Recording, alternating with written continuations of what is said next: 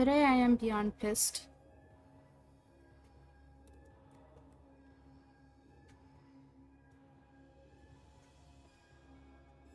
Turn this up over here just a little bit.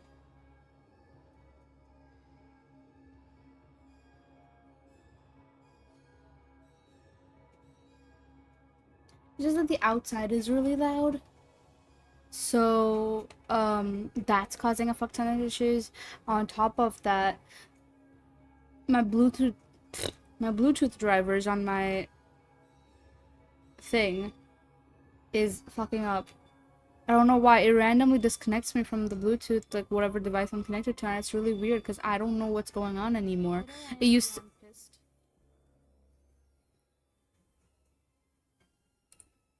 I heard my own self. Where is that coming from? I'm going to... Shut up.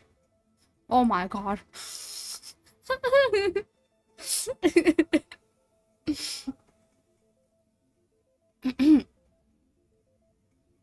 Miss Melissa's stream. Hopefully catch you later. Have fun with the house. We will. Thank you for dropping by. Alright, gotta go have fun. Bye-bye. Hi, Burn Crow. Welcome. Welcome, welcome. Hi, Dead Man. Welcome. I like your model. Thank you. Thank you. I'm glad you like it. Hi, Dionaea. I suppose Dionaea's not here. That's fine. How are you doing? I'm being angry at everything. As per usual. But yeah, today we will be doing creepy reading.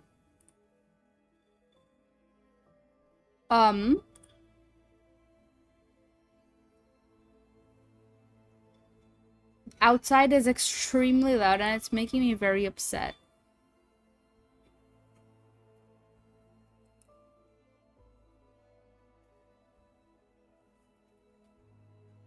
Aww. Hi, Mary. I hope Horrible is Mary. I hope I'm not getting the wrong person. Ah. Hi, welcome, welcome. No, yeah, so I'm interested. You are right, no worries. Okay, good. Because oftentimes, like, I just call people by the first, like, word of their username usually, right? So when their name is something different, my brain struggles to catch up a little bit, and I'm already, like, bad with names. So, okay, good, good, good, good. That's good.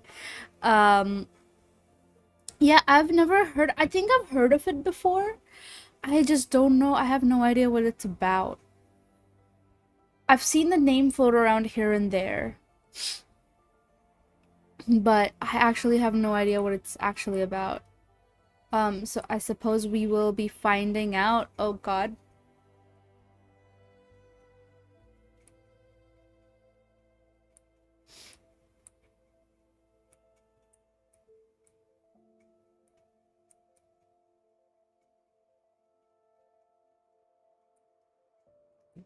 Display capture is showing too much. Not display capture, what am I saying? Display capture would straight up dox me, bro.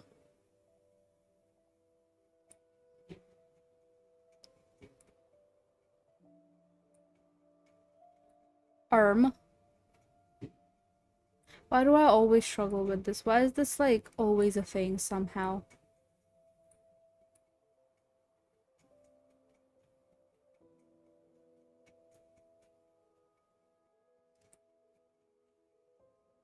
It's about a house. Well, I'm glad you have made that observation that none of us did. I am so proud of you. You want a cookie?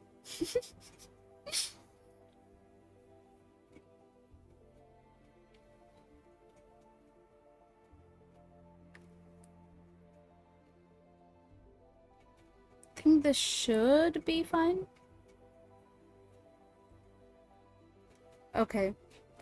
So, starting out, let's start with the whole thing without too much delay because I am already late. Thanks, I didn't get a degree for nothing.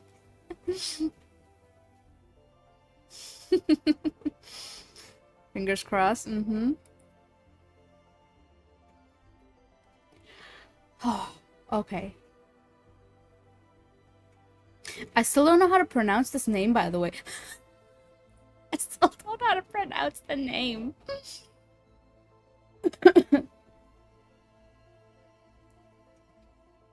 I guess the Dionaea House? Question mark? Hopefully. No, I know this is a plant, I think.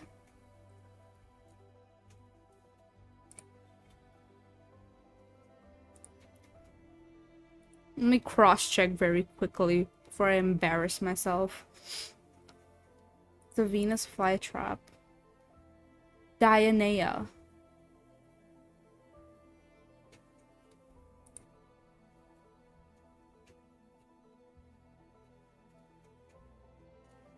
Dionaea. Nice. The you are looking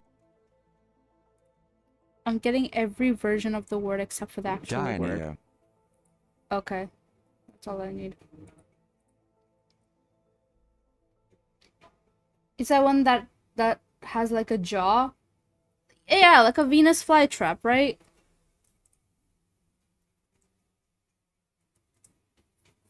Yeah. Huh. Thank you so much for the... Hold on. Hold on. Hold on. Thank you so much for the gifted sub, Raven. Thank you. Yeah, it's basically, if anyone doesn't know, I looked it up, and it's basically just like a Venus flytrap. If you don't know what a Venus flytrap is, I'm sorry. A Venus flytrap is basically like those carnivorous plants that kind of eat insects and stuff. It's like the inside is pink and it closes like a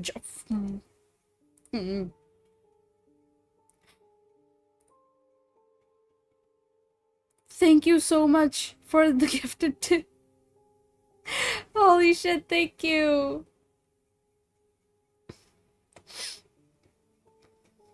Thank you, thank you. This means so much to me. Wow.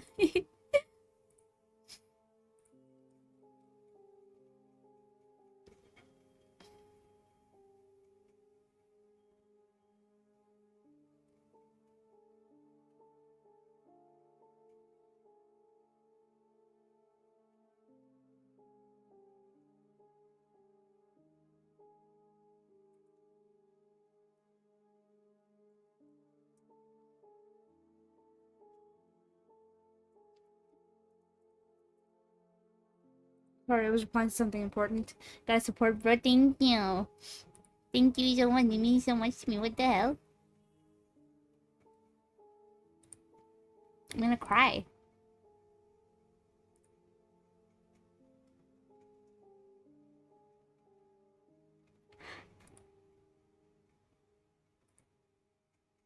Also, please, someone let me know if by any chance stream crashes, because there's a good chance that that may happen at some point, because, you know, internet is shit, my life is shit, and all that nice stuff.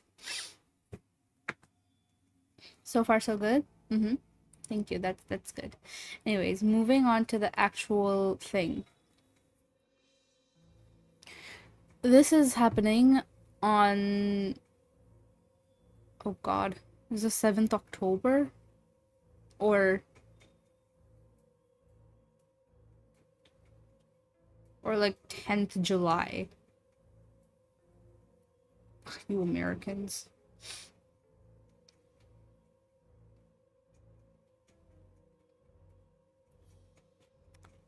Jennifer, friends, and family of Mark. As promised, here are copies of the correspondence I received from Mark over the course of the last month. For the most part, I have merely copied and pasted them from my email application.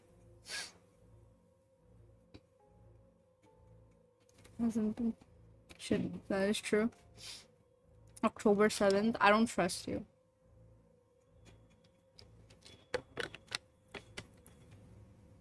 This could be anything. Oh, right. For today's drinks, I have water and we have Monster, so feel free to redeem if you really want to.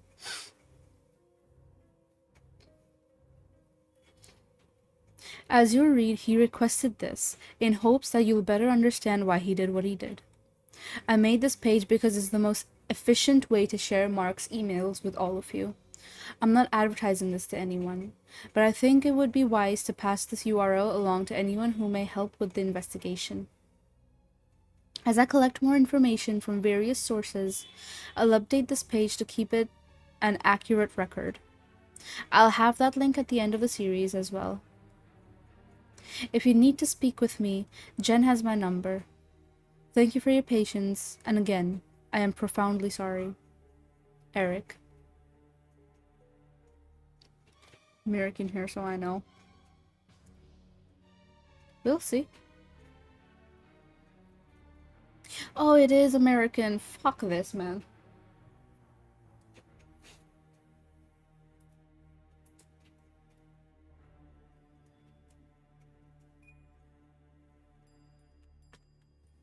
Weird Americans with a weird way of writing dates. I'm joking, by the way. Partly. From Condry, Mark. Date Monday, September 6th, 2004, 8:17 a.m. Subject an old friend. Eric. Hey man, it's Mark from Houston. The Saturday Night Gang. Feels like a long, long time ago, doesn't it? I found your email from your website. Give me one moment.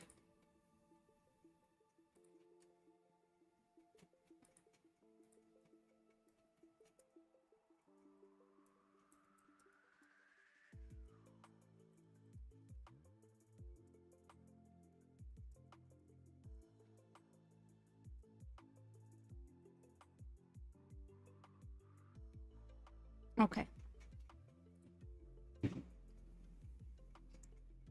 Hi, welcome.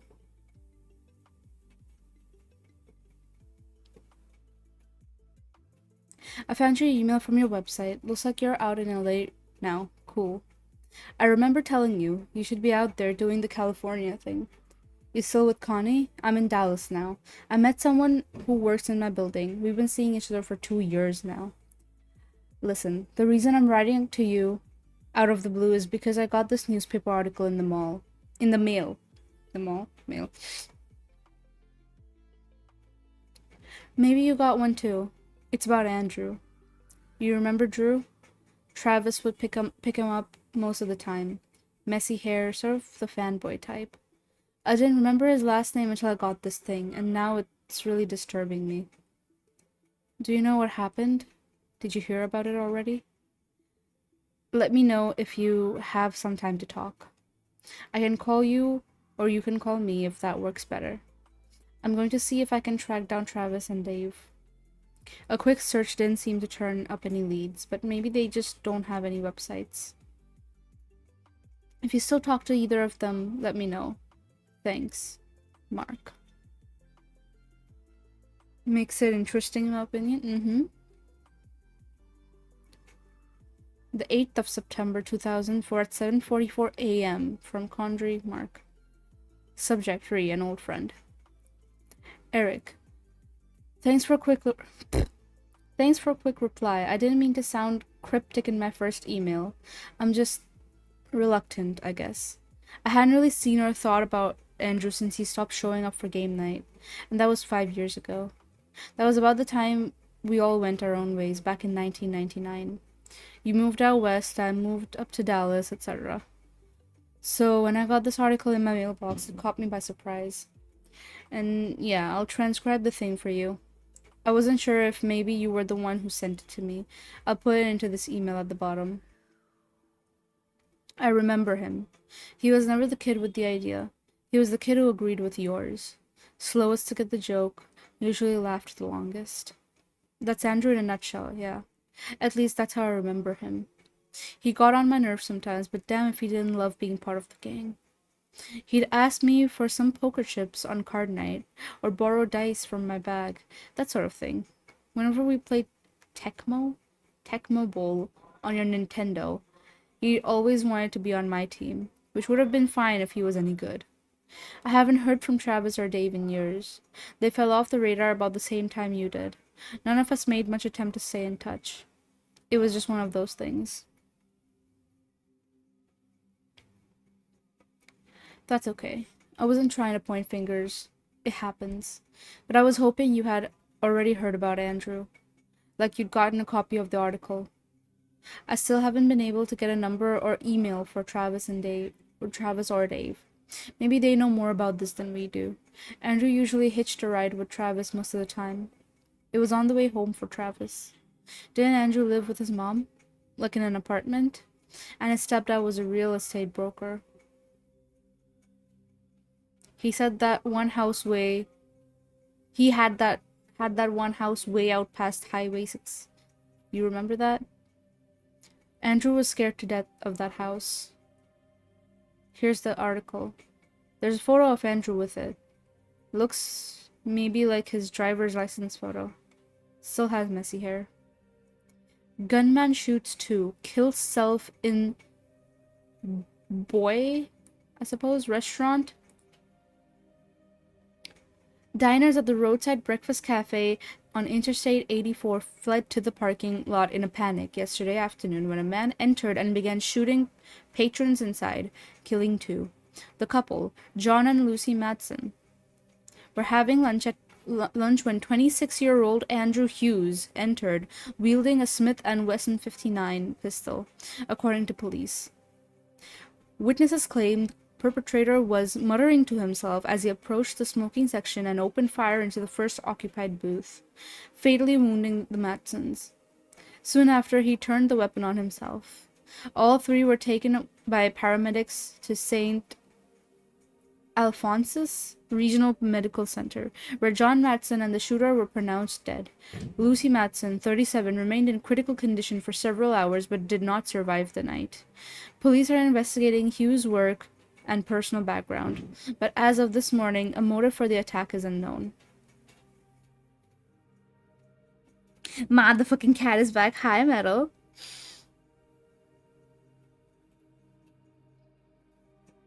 I'll be lurking. Okay, thank you so much for your technical. Thank you so much for the lyric.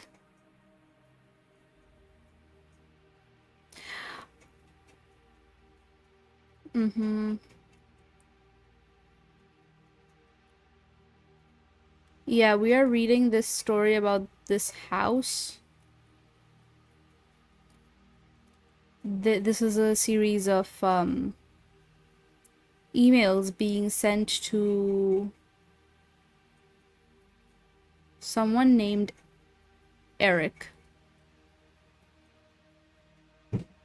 from Mark.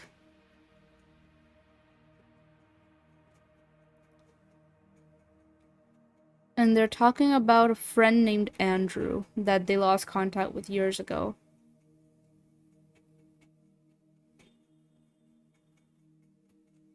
It's supposed to be a horror thing. This is a creepypasta basically. It was sent to us. To me. I mean, in the server. So technically to us.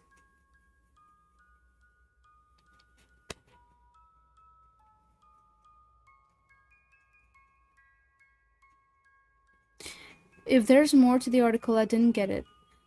That's where it was torn off. The other side is part of a Dillard's ad. This is really bothering me, Eric. What the hell was Drew doing in... boy, I suppose? With a fucking gun. He hung out with us for almost 2 years. I just don't get it. And something else is eating at me. I can't figure it out yet. Mark. From Condry, Mark. Date September 9th, 2004 at 2 p.m. Subject Andrew. Hey, I know how you feel. It's hard not to think of the times he sat next to us at the table, smiling like a fool, rolling dice and moving his pieces around the board. He loved Monopoly night. Always wagged his tongue when he counted money. I don't think he realized he did that. It's impossible to think of him shooting up a diner. There's no return address on the envelope. No, but the postcard is Idaho, not CA. What? This is California, right? No, this is not California. Carolina? Question mark? I don't know. Or Texas. Not sure if you've already... I'm trying to figure out what this is. I don't know American states. Not sure if you've already considered this, but it's possible the whole thing is a fake. Some sick practical joke made to mess with your head. You can get newsprint paper from... You can get newsprint paper for... Yeah, I've considered it. I didn't tell you this earlier, but I called up St. Alphonsus and asked if they had a patient named Andrew Hughes admitted in the last month. They had no record of him. I asked if it would show if he'd been pronounced DOA. And I got transferred to ER, where they keep paramedic records and info on all DOAs. They have him listed. He showed up on August 28th, died of a gunshot wound to the head, pronounced dead by ER resident at 3:14 p.m. I asked for some contact info, like a phone or address where he might have been living. I got brushed off, told to call the police for that stuff. The hospital wouldn't give out any personal info, at least not without some signatures. I haven't called the police yet. That's probably the next step. Glad to hear that you and Connie are going strong. Sorry to sort of dump all of this on you. I didn't know who else would care to listen. I'll write if anything else comes of this. At this point, I'm thinking maybe Drew's mom sent it to me. Maybe Drew kept track of me when I moved to Dallas and had my address. I'm listed in the book. That would explain the logistics part. I'm overthinking things. Take care, Mark. Now, this is happening on 10th of September, 2004 at 3:11 a.m. Subject, thoughts and concerns. Hey again. I know it's late or early, depending on how you look at it, but this Andrew thing won't go away. I finally realized what's eating at me and I need to spit it out. Do you remember what went on just before Andrew stopped showing up for game nights at your place? I do. He was gone for 2 weeks because he had to house sit for his stepfather. Mom and stepdad went on a big vacation every summer for like 10 days, and Andrew was just expected to stay behind. He usually just stayed at his mom's apartment, but that year he was asked to mind that house his stepdad owned. The one out in that old rich subdivision west of Houston. Maybe the guy had a bunch of houses. He was big on real estate, wasn't he? The guy had inherited this dog from one of his clients, somebody who moved out and didn't want to take the dog with them. I want to say it was an Australian Shepherd. Do you remember any of this? Andrew talked about it the weekend before. Dog had behavioral problems, whined, barked, scratched at the door, pissed on the carpet, didn't want to be inside, always wanted to be outside. Dad kept it at a kennel, except when it rained. Andrew was supposed to take care of the dog, plus a few other things like mow the lawn, that sort of crap. But Andrew didn't want to go. Dave got into that argument with him about how it was the perfect setup for a young bachelor. House all to yourself, party time, risky business, and Andrew kept saying it was too cold there for a party. Too cold. I distinctly remember that. And how he kept asking us to drive out and stay with him while he was house sitting. I don't think anyone went out there, did they? I never did.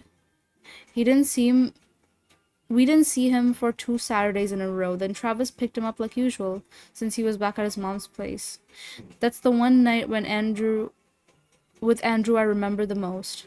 I bet it's the same with you. It was the most bizarre, frustrating night I had with the group. California. I'm fucking stupid, bro. Perfect for spooky season? Yeah. We've been doing this, like, every Friday. Every Friday, this is a thing. We read creepy stuff. Minimum. Hi! Welcome. Water, thank you. Hi, Sim, welcome. Thank you so much for the hydrate. Thank you for the stretch. Hi, Donut, welcome.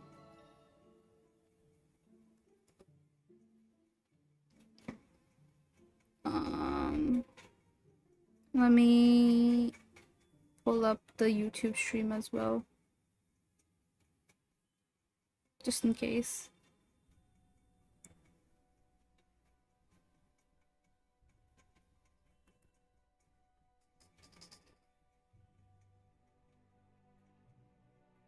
Oh, look, my mod is here and you don't see me freaking out.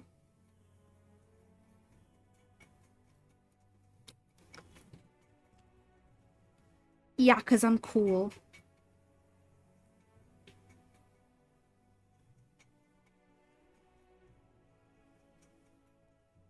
'Cause I'm cool.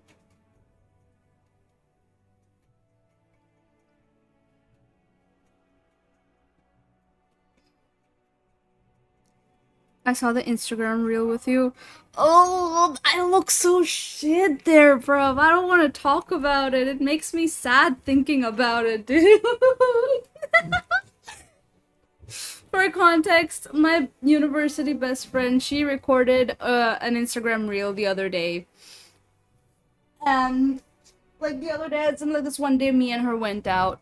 And she wanted me to like be on camera for it, unfortunately. I'm not good being on camera. I actively despise my face. And so, but then she needed me to be on it, and there was no one else, so I had to.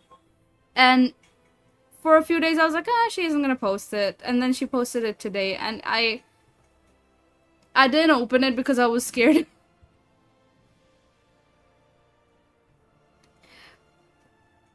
I didn't open the reel. Like, I opened it as in, like, it kind of popped up, and the moment I saw, like, the first shot was hers, and the moment I saw what it was, I was like, oh shit, yeah, I'm not looking at this. I opened the comment section, dropped a comment, dropped a like, and left. I am not sticking around for my own face, dude. Ugh. Ugh. So I'm not cool? You are! I'm just a different type. I'm just cooler. Um... Just admit you hate me? No, why would I hate you?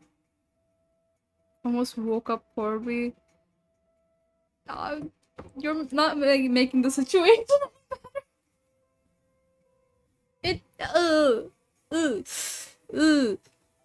anyways. Ugh.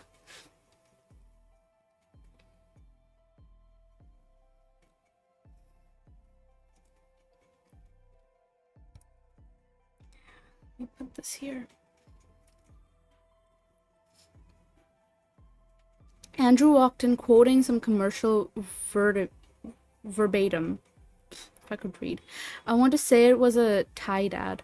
Travis told us he was like that in the car all the way over.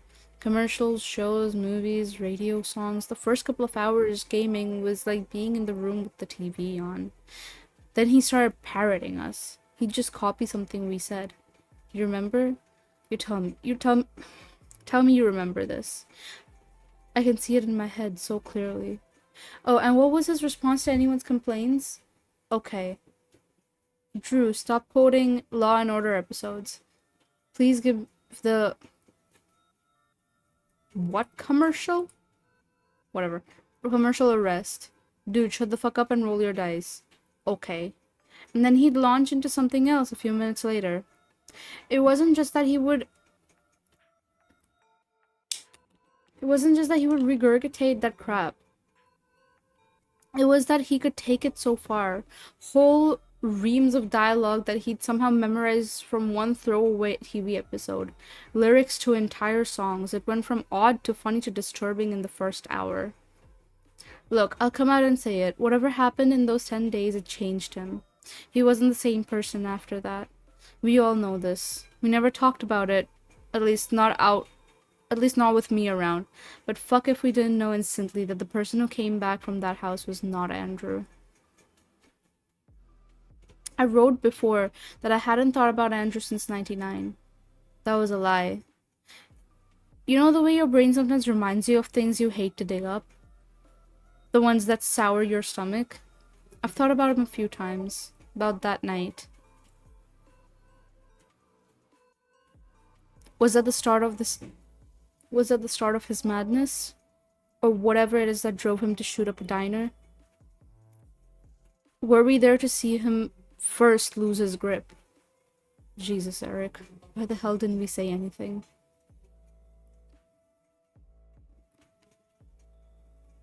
This is again happening on Friday, September 10th. This was also September 10th, 3 in the morning. And this is around 11:30 in the morning. Subject, the door is open.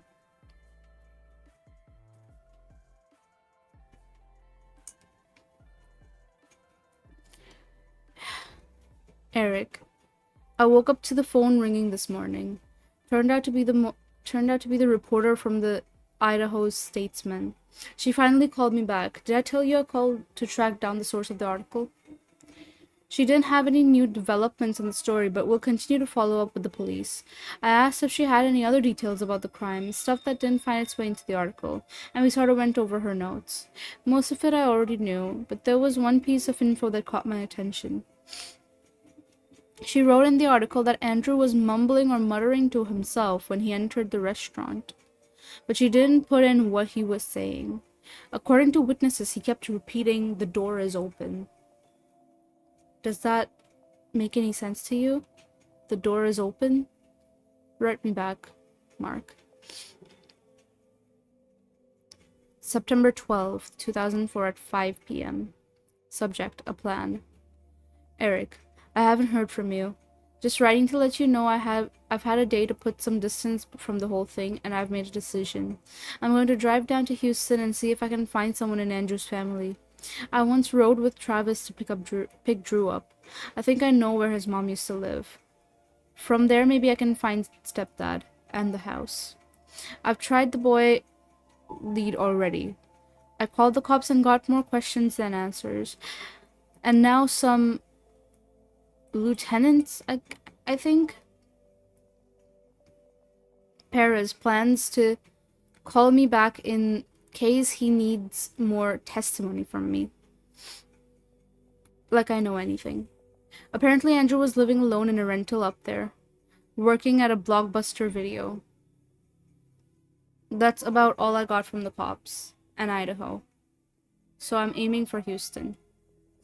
Even driving my own car and a cheapo motel is still going to cost me about $200 for the trip. Jenny is worried about me.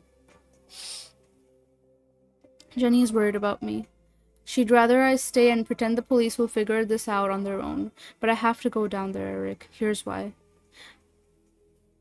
I think Andrew was afraid of that house for a reason. Whatever the reason was, during those 10 nights something emptied him. Gutted Andrew like a fish. It yanked out whatever he was inside, or shocked him into forgetting it all away. He was hollowed out. To fill the void, he absorbed any input he could find, television, radio, conversation, soaked it up and presented it as Andrew. He could walk and talk, and he wasn't injured, not physically, but he wasn't the same either. There's a gap I need to fill in my head. Like the time in that house. I have these pieces of Andrew that don't match. I need something to match. Hell, I'll feel better if something will just make sense. I won't ask you to fly down and join me, but I could use your help all the same. I have some questions you might be able to answer. Please call me or send me a note if you know any of these. My phone is removed, Eric. What was the stepfather's name, first or last? What was his mom's name? Was her last name also Hughes? What was the name of the subdivision where stepdad's house was? I think Andrew mentioned it. I hope I haven't freaked you out too much with my crazy talk. I know it probably comes off sounding absurd, some of it. Or maybe not. You were there for some of this. If you really think I'm off my noggin, tell me. By all means, tell me. I hope to hear from you soon. Hi, Prime. Welcome.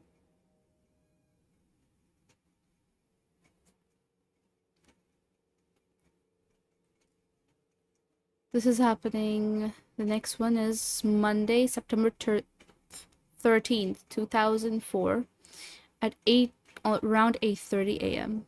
Subject read, a plan. Eric, thanks again for calling. I got your email as well, and it mentions a few things we didn't discuss over the phone, so I want to add a comment or two. What I remember was what Travis told us. That time he went to pick up Drew and had to go up to his room to get him. This was the last time Drew gamed with us.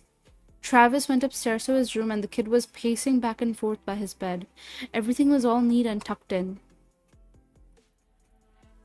But the carpet was worn in a line where Drew was pacing. Like it's all he did. Yes, I remember this too. The way Travis told the story, like he wanted it to sound funny, but he didn't believe it was. And Dave laughed. He said, "Man, that dude's broken record." And we all agreed, nodding and chuckling. Well, we all just let it go at that. Like it was easier to write him off. But Travis was the last one to laugh. He'd seen that room with his own eyes. Go, I really would, but Connie got sick last night, and she's still throwing up this morning, and I don't feel right leaving town with her like this. Understandable. You stay there. I'll continue to email you on this thing. I can't really talk about Drew with Jenny. She never knew him. She doesn't get why this is so disturbing. Outside of the horror that took place with Boy. That's why I keep writing you. Nobody else gets it. Hey, maybe I'll somehow find Travis or Dave while I'm in town. M.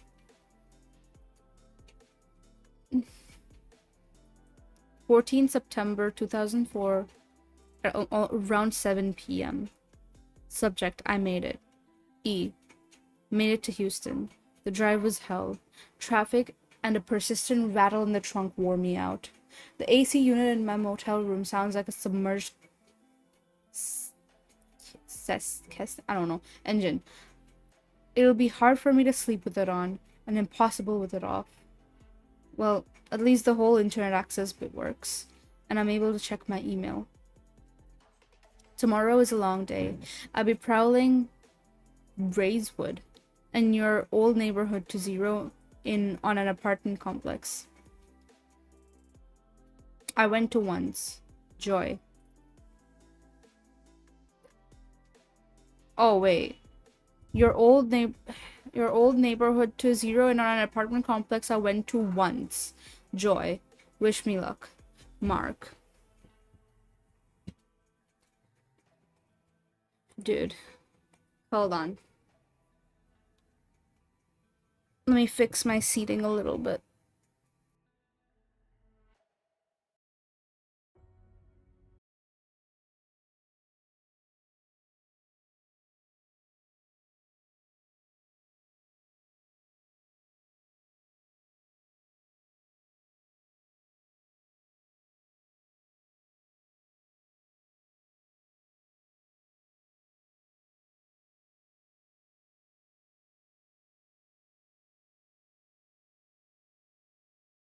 Okay.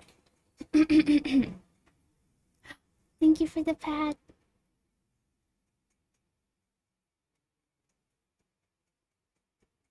Why is it so off center? Pit.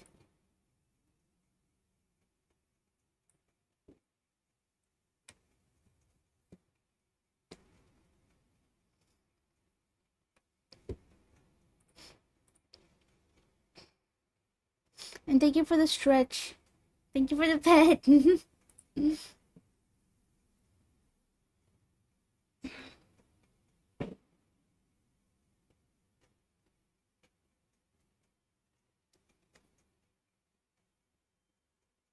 Ow. My neck. Ow. Ow. Ow.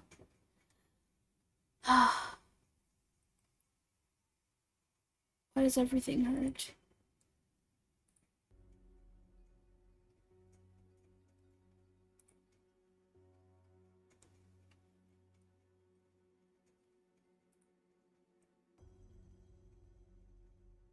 Why is everyone petting me?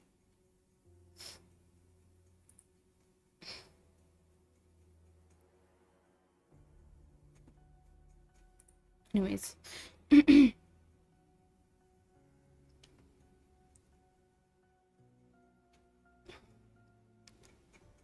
September 15, 2004 at 9 p.m. around. Subject, lots of stuff. Why not? Understandable.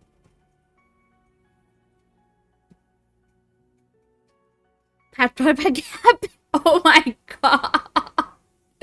What the hell? What the hell? Oh my god. What the fuck, man?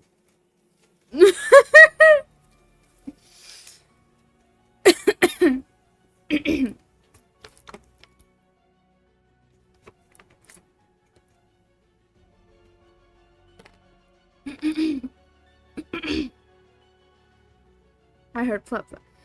No. No. No. Bad. No. Bad. No. Bad. Donut said pat pat pat get happy. Oh man.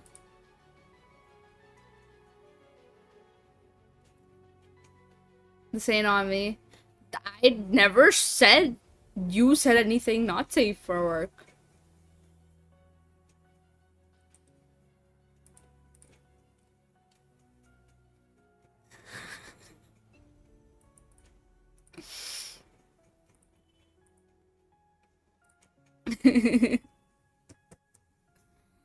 Oh man. Lots of stuff. Eric, great news. I have a solid lead.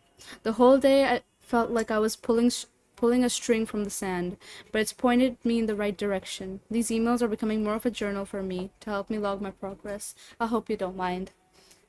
It took me an hour of driving back and forth around the Gessner and Braeswood area before I zeroed in on the right side street. The landmarks have changed. I was 90% sure I'd found the right apartment compass, but I was still grasping air. With no name for Drew's mom and no guarantee her last was Hughes, I went to the manager's office, and I just got lucky. Her name is Nancy Hughes, and she stopped paying the rent in September of 1999. Drew paid it for the rest of the lease term, which ended the following February. According to the note in the resident file, he paid in cash. Seems mom moved out. Or just up and left one day. Poof. And Drew was living alone in the apartment then. How was he paying for a rent with just a minimum wage job? I showed the manager the article about Andrew, and then I lied. I said I was a private investigator. I don't know why. Maybe to justify why I was having her dig up rental information from 5 years ago. Anyway, she got off on it and kept rooting around in the Hughes file for me. Like a movie sidekick. She found something. A third-party check covered rent for December of 98. Kurt Malone. I'm thinking this is the stepdad. The manager photocopied the check for me, and 10 minutes later I was calling the phone number printed with Kurt's address in the upper left-hand corner. No luck there. Disconnected. So I took another approach and called 411 for a local realtor service. You can do a search for contact information for a specific... God fucking damn it. I remember hearing about this from a coworker who'd sold his place in Greatwood. Malone was listed under a little... Oh man. Under a little Remax affiliate office in Katy. I got that number and called there, left message. Evelyn, the owner, called me back and said Malone hadn't worked there in forever. He up and vanished, left her with all kinds of issues. She thinks he had financial problems and bailed for Mexico. I find it hard to swallow a theory told to me in stage whisper, but maybe that's just her personality. Still, that's 2 people gone. Before, I thought maybe mom just moved in with stepdad. Now, I don't know what... I don't know what the hell to think. The call went on for half an hour as I got to hear the HR nightmare Evelyn went through thanks to Kurt's disappearance. Halting his benefits, freezing the 401k plan, surrendering documents to the police, etc. I finally broke in and asked about the house. The one out in West Houston he owned. She got very quiet after that. It took me another 10 minutes to answer her questions about who I was. This time I was honest and upfront with her. I guess it paid off because she believed me, or at least believed in my intentions. And she checked her records. I have an address, Eric. Kurt and his had his own home in Sugarland, but get this. He was renting a house from a client way out west near Pekin Grove Plantation. The paperwork was curious, since he was supposed to be selling this place, but the previous owners had signed off on it in multiple places, like it was no real or conflict of interest. She didn't know what happened to the house after it was seized by the bank. I guess I'll find out tomorrow when I drive out there. I'm close, man. I'm real close. 16 September 2004. Note: Mark was able to send text messages from his phone, but I frequently received them late, sometimes hours after he sent them, as is the case with the September 21 messages.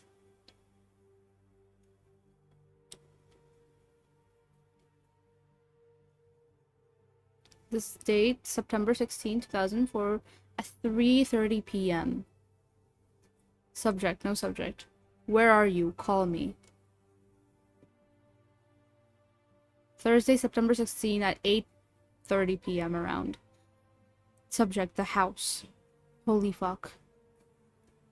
I tried calling you 5 times today, but I got your machine. I really need to talk. Call me as soon as you can. Where do I start? The house is still there. It's this generic one-story thing. Bricks and sliding. It must have been built at the same time as the other homes in the neighborhood, but it just looks older. The roof is scarred in places. The driveway hasn't held up like the others have. Cracks in the pavement. Plank is missing from the side gate. I rang the doorbell and figured I'd just talk to the new owners. No one answered. I couldn't really hear if it worked or not. Blinds and curtains in the windows kept me from peering inside. There was a dusty pickup truck with a warped front fender parked in the driveway. A neighborhood across the street saw me checking it out. He talked to me for a while as he watered his shrubs. He hasn't met the person who lives in the house now, or if anyone is living there really. He remembered Kurt, but not by name, just as the guy who stayed there for a few months. The previous owners, Kurt's clients, didn't live there that much longer. They had all sorts of problems with the house. Electrical, heating, that sort of thing. They moved out, left most of their furniture behind, he said. Packed into a big RV one day and just drove off. He still remembered their names. John and Lucy Madsen. Bro. Bro. Bro.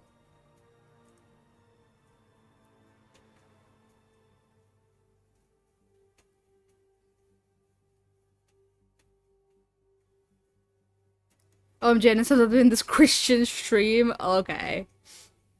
Rejoice, I'm back for a Hi, Winter. No, so only say so. Minecraft part. In-game. What the hell are you to think? I have a theory. Wait, will this grab her attention? Oh? Listen, I saw the comfy outfit redeem and I need her to see it ASAP. You won the comfy outfit. That's your theory?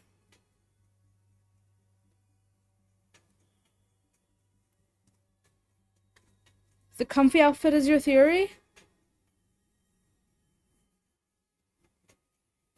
Come on, man. You can do better than this. My theory was that hat would make you look over. It did not. Yeah. You have to understand, I don't have multiple monitors. I have only one monitor. And I am reading in that one monitor right now, while everything else runs in the background.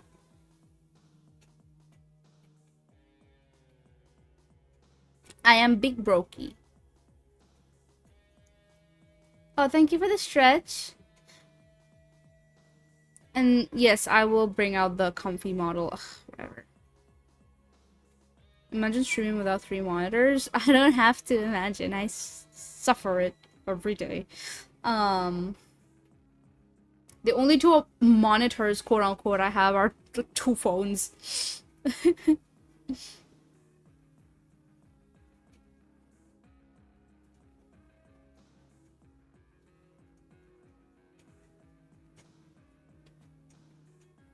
A second monitor is such a massive change for me, I can't go back. I need a second monitor so bad. If only I would have the fucking space for it, first of all. I wasn't constantly moving, second of all. And third of all, if I had a PC. I don't have a PC, I have a laptop, so. We work with what we have. Ow. I'm doing my best with what I got. Anyways, you asked for... I made my TV into a big second screen. That is very... Yeah, people do that. And I wish I could do that. You don't need space. You can get a second monitor that mounts to your laptop.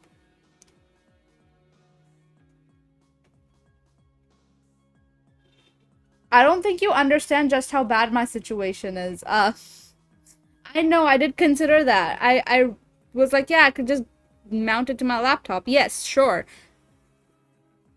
I don't think you understand just how, like, fucky my situation is. My living situation and just my setup in general.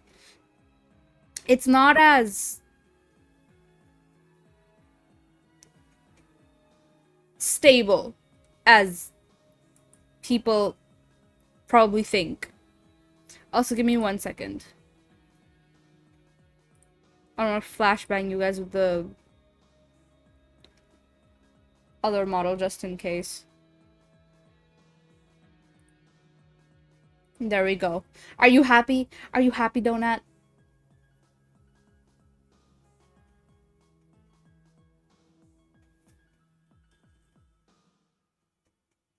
Strange woman who jump scares us on your stream? Yeah, the strange woman who jump scares you on my stream.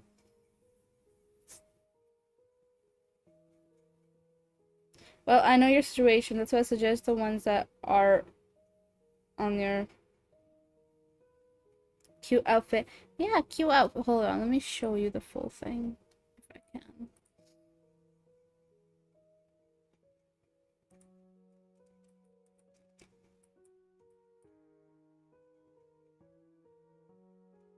She's so cute. Hold on.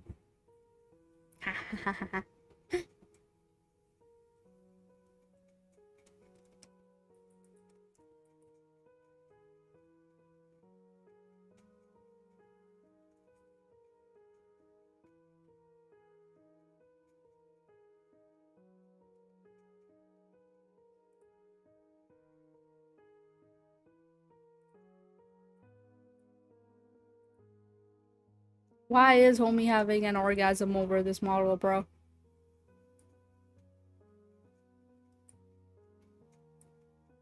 Okay, like this.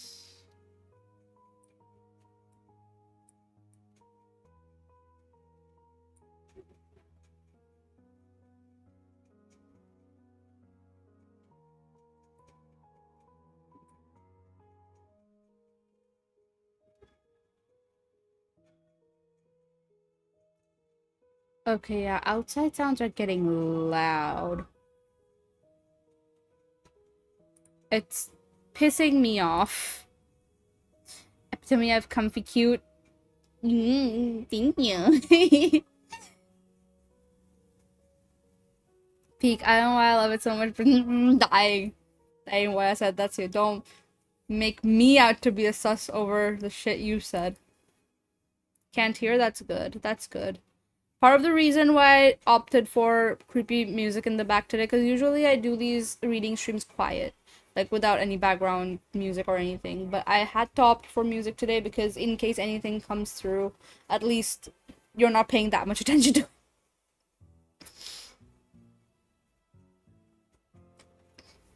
You'll make me obsess over the shit you said. Okay, well, I say a lot of things. I'm not gonna deny that. This is not a competition. Okay? I'm not saying you're sussier than me. I'm just pointing out the fact that you are sussy.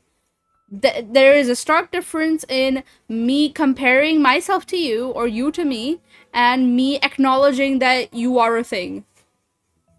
Okay? Let's think about what we say here, okay?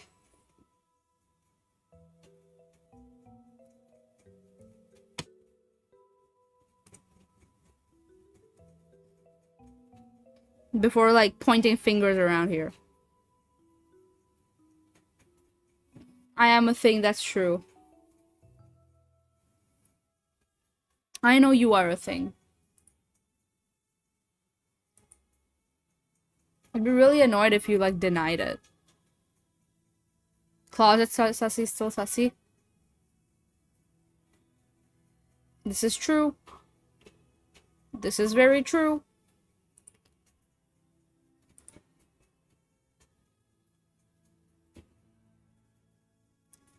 I'm not sussy on stream 90% of the time. Do I care? No, you are sussy. This is a fact that we all, at least I know. You cannot fool me, boy. Don't even try. Don't even try this shit with me. I know what you are. I know what you are. I know exactly what you are. You're not fooling nobody.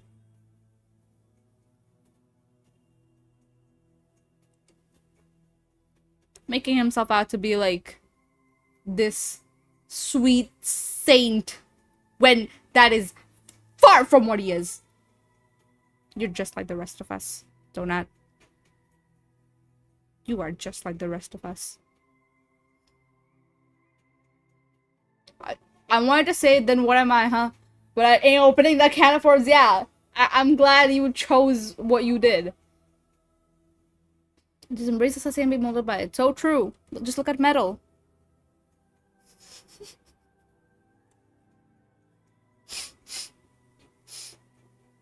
So anyways, back to the story. Anyways, so the two people who lived in that house, John and Lucy Matson. From what we know, John and Lucy Matson are the two people that Andrew killed.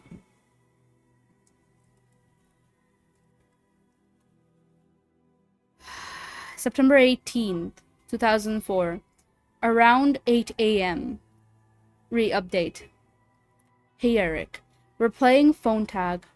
When you called, I was already on the plane, and when I called back, I guess you were at the hospital again.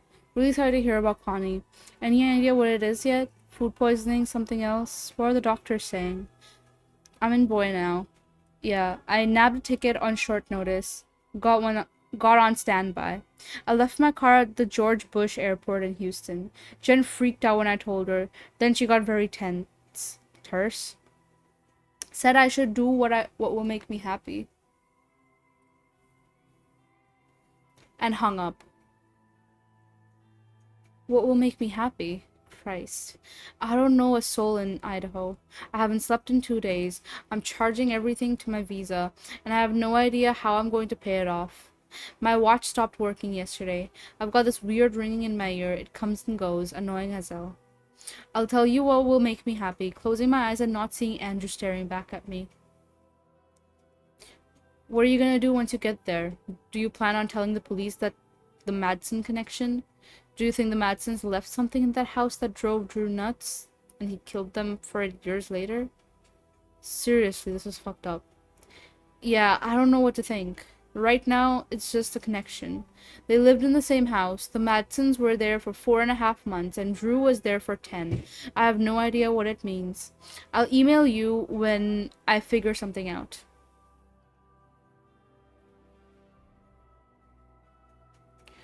Feel like I should pass this along to some people, like to get you some help out there, or bring in the feds or something. I don't know if anyone else has managed to make this connection you did, and it's an important one to the case. Can I forward your emails and contact info to someone? I've been thinking about that, because I was going to ask you to do that for me at first, but now I don't think I'll get the kind of help I need. Let's face it, there are enough unexplainable pieces to this thing.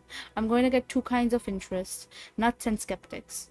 I wouldn't mind so much the skeptic, except I get this vision in my head of some guy calling Jenny, calling my parents, calling my boss at work, looking to paint the picture of a guy who's lost his mind after hearing that his dead friend went nuts. I really haven't been totally honest with Jenny or my supervisor at the office, because this is not something you can easily explain.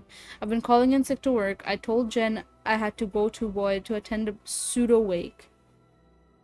I don't want that to bite me in the ass while I'm looking into Andrew's past. Here's what you can do for me, though. You can hold on to this stuff as evidence or whatever. If something crazy happens and I'm in trouble, use this to explain the situation for me. Forward emails to my friends or family. Maybe if they read them, they'll understand what I'm going through. I know you didn't mean to inherit this job. I'm sorry to make you do it, but I really appreciate the help. Mark in Potato Land.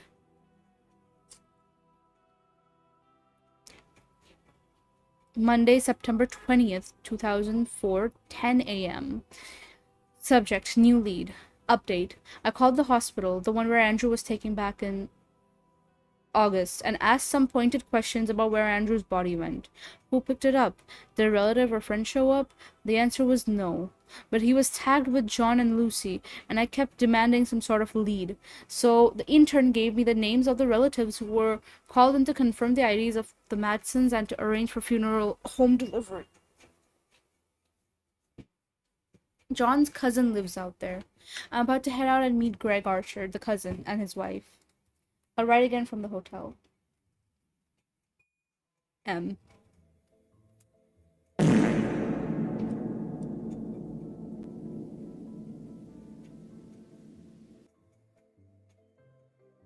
Monday, September 20th, 2004 at 10 p.m. Subject, the Archers. Back. That was strange. I swear to God. Yeah, do you guys hear it? Does it come through for you?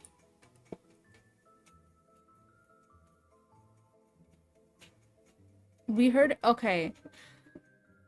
I don't know why it doesn't come through for me. I'm gonna have to do something about this. I keep thinking of wanting to do something about it, but actually I've tried sitting through this and being like, okay, I'm gonna fix this, and I have no idea how to fix it.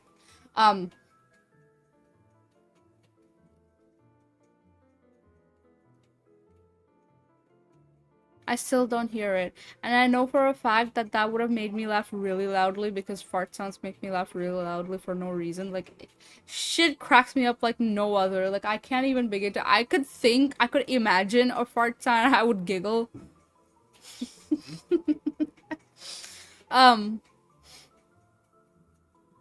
Unfortunately, I know. This was back when I had the big nitro on Discord, actual Goblin Beer, but back when I had the big nitro on Discord, I would hop on voice calls and casually just randomly keep playing the fart sound giggle to myself the whole time and make people go through that. Oh man. Yeah, I'm gonna have to, what I'm gonna have to do is I'm gonna have to actually like make a, we're dying laughing.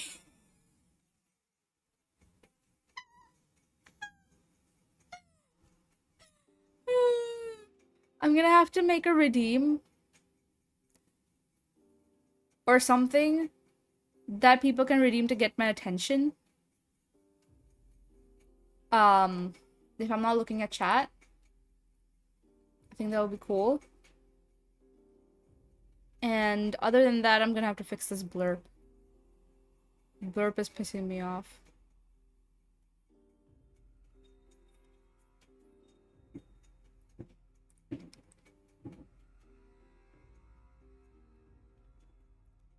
Back. That was strange. I met the Archers. I know what you said last time I called. How I need to stop lying because they'll make it harder on me later. But I wasn't about to tell them I'm a good friend of the guy who killed Greg's cousin.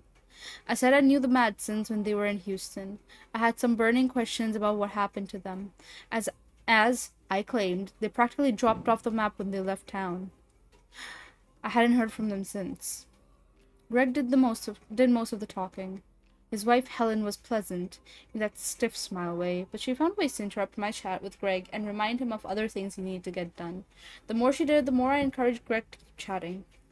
The Madsons, as he tells it, had a long future planned in Houston. John got a transfer to Schlumberger Oil and looked forward to settling down. Then things started to go wrong after they moved in. Just little things that piled up.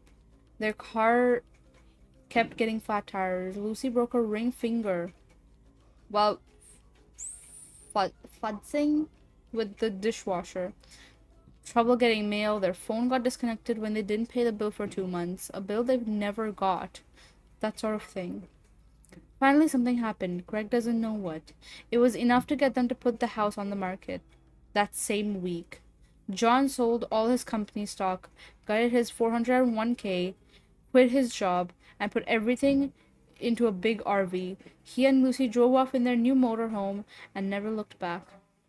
They'd been driving around the country the last 5 years, nomadic. Lucy got pregnant in 2002 but miscarried. They still kept on the road. Greg thinks they would have just kept driving through Idaho if the RV hadn't broken down with an AC problem. Greg says John called him up out of the blue and asked if he and Lucy could stay over. Greg made the guest room upstairs, and he and Helen welcomed them in their house for a week. This was right before the shooting. Here's where it gets stranger. Greg took me to the guest room and pointed to some spots on the carpet right in front of the closet door. Furniture footprints. Like something had stood there. Greg says it was the dresser, the one against the opposite wall. They barricaded the closet door for the duration of their stay. It was the strangest thing. He also noticed they kept the bedroom light on around the clock. And bundled up with the spare set of woolen blankets for the bed. Greg never found the right way to ask a number of questions. I think he felt a little better talking to me about it. I'm not his cousin, but I'm someone who listened to him and agreed it was bizarre. I left Greg and Helen's not feeling any better. I feel worse now. I ache the way you're sore right now from... What? I ache the way you're sore right before you get really sick. Oh. I ache the way you're sore right before you get really... I'm actually a fucking stupid bitch. I'm trying to put things together. I really am. I have to go to the police now, don't I? I'll go first thing in the morning, I promise, Eric.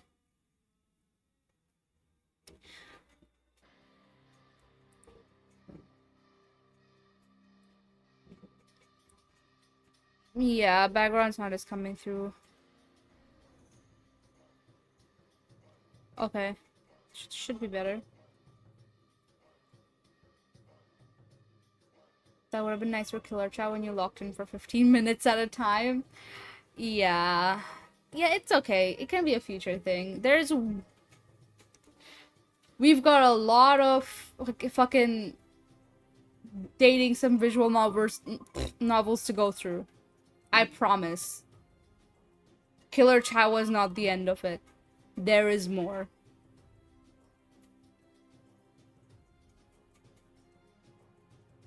Help us? No. If you don't want to watch it, you can just opt to not watch it. You can just not watch the stream. However, it would be nice if you did more dating some Stunlock. God. Dude,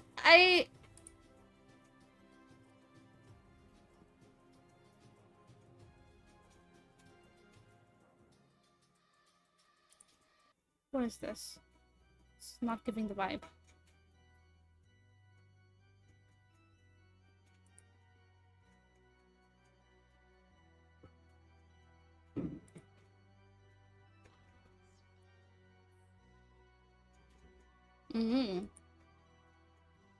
I'll watch. I enjoy them as much as I bitch about it.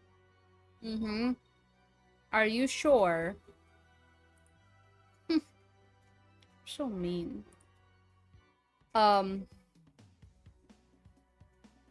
September 21st, 2004 at 2:30 a.m.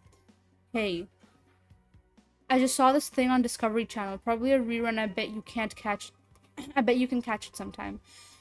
All about natural predators and stuff. Wild things. Yeah, I'm up watching TV since I can't sleep. Anyway, they had this thing on the Venus flytrap talking about how it lures the curious insect to its lip. And then these invisible hairs or something sense when one of the suckers lands on it and wham, it swallows the bug. Just like that. Later on, it spits out the skeleton of the fly and waits for the next victim. Some types of flytrap plant emits this odor to entice more food, says the voice on the TV. The fancy name for it is Dionaea muscipula.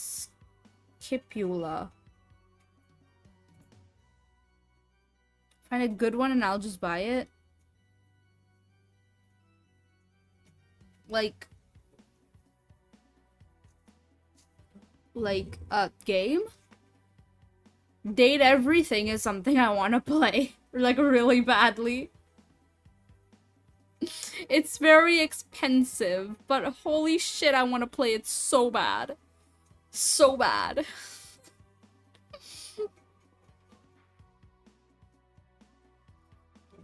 Date Everything is what I want to play. It's on Steam.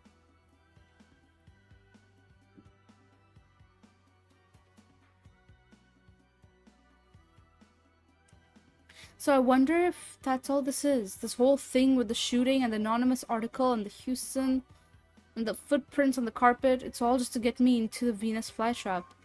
Only the scent isn't sweet sap, it's guilt. Guilt over all those times I was around her and didn't do anything, you know what I mean? And I'm flying all over the fucking country, and my head is buzzing, and I think I'm getting closer to truth, but really I'm tickling some invisible hair, and the ground is about to fold up on me and swallow me down into that place where Nancy Hughes and Ken Malone went. I'm gonna go take some sleeping pills. I hope Connie is doing better, man. I miss Jen. She has a way of making me feel like I'm home just by being around her. I'm tired of motels. I'm sorry, Eric. I'm so sorry.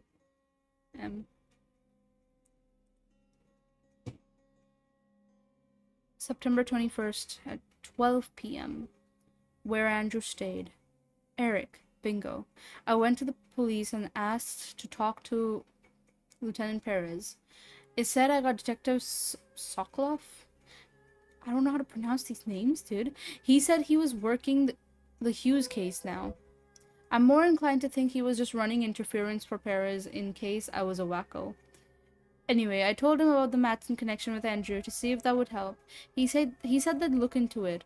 Then he started with the questions about me, and I looked for a way to cut the chat short. Police stations make me uncomfortable. The rest of the talk was rather banal, but at the end of it, almost offhandedly, he asked if I wanted to sign for Andrew's personal effects, since they had copies of all the important stuff. I said sure, even though it made me feel like they've already written off this case. Drew's been busy the last 4 years. He has driver's licenses for Kansas, Colorado, Arizona, California, and Idaho. Looks like he stayed at friends' homes, because none of the addresses print on the licenses have apartment numbers. His Idaho license is just 2 months old, and it has the address of the rental home where he stayed. I'm going to drop by this afternoon and see what happens to his things, what happened to his things there. Maybe there's a clue on how he knew where to find the Matsons, or why he shot them. Perez or somebody has done this already, I'm certain, but I'm not sure he looked very far. Wish me luck, Mark. So this is messaging. Tuesday, September 21st, 2004 at 4 p.m. Standing in front of house now. It's the same one, the Houston house. Same marks on roof, same fence damage. It's so good. I have to play it on Throne and I'll get whatever edition. I will do that. What the hell?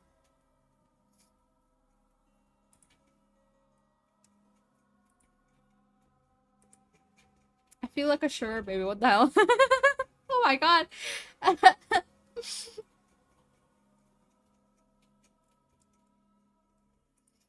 Here, for those of you who don't know, sugar baby time. I have a throne. Sugar baby time. But yeah, I have a throne if anyone's interested in checking that out. Yes, as requested, Raven, I will put it on the throne. Thank you so much for offering. This means a lot to me.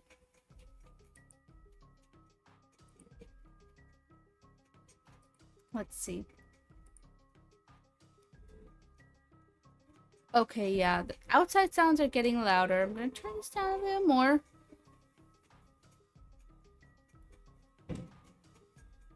Yeah, casual fucking explosion outside, I guess.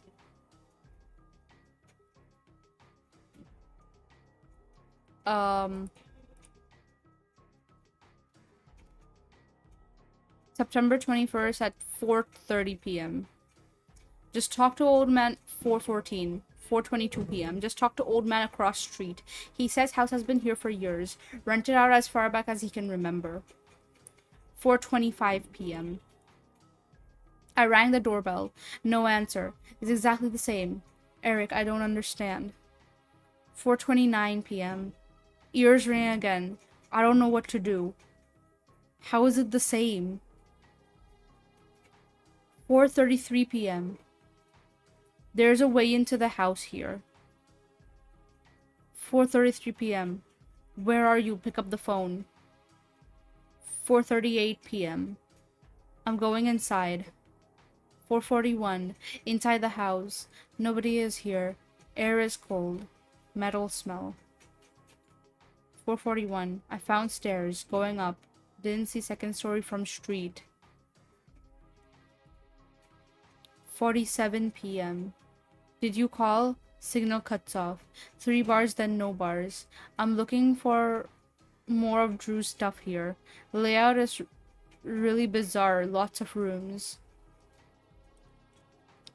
47. Door at end of hall. Made of metal. Checking other rooms instead. 5:05 p.m. Call. This is about 20 minutes later. 5:09 p.m. Found something. Drew's backpack. Getting out of here now. 5:11 p.m. I think someone's here. I just heard something. 5:77 p.m. The door is open.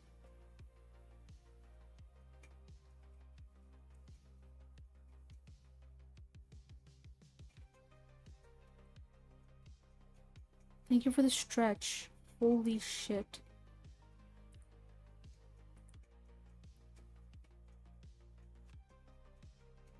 Thank you for the stretch. Don't worry about it. Normal time. Normal time. Don't worry about it. You know, 5:77 p.m. Yeah, we have those. Thank you for the energy drinking this stretch.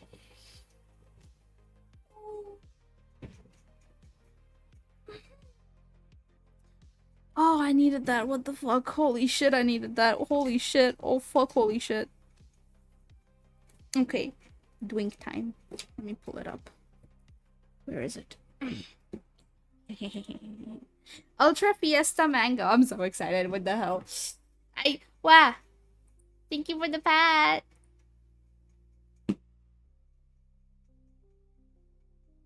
Why is it... I keep having to move the pat around. Thank you for another pat.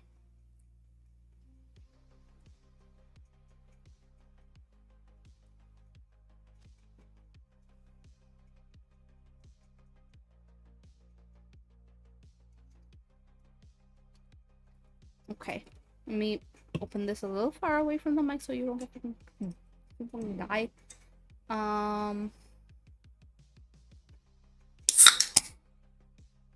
I hope that didn't kill you. I love you guys. Okay.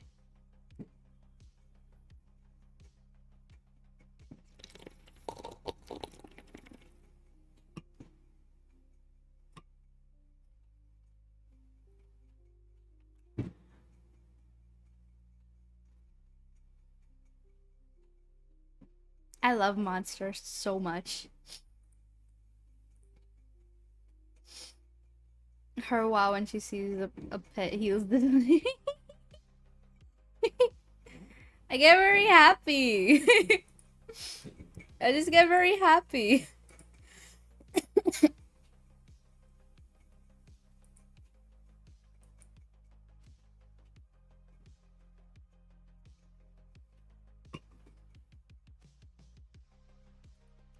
Oh, I like this very much.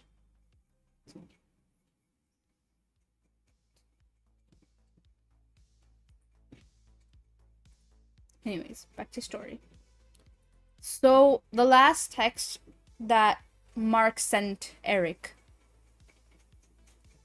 The door is open, and as we know, Andrew kept mumbling the door is open when he shot the two people.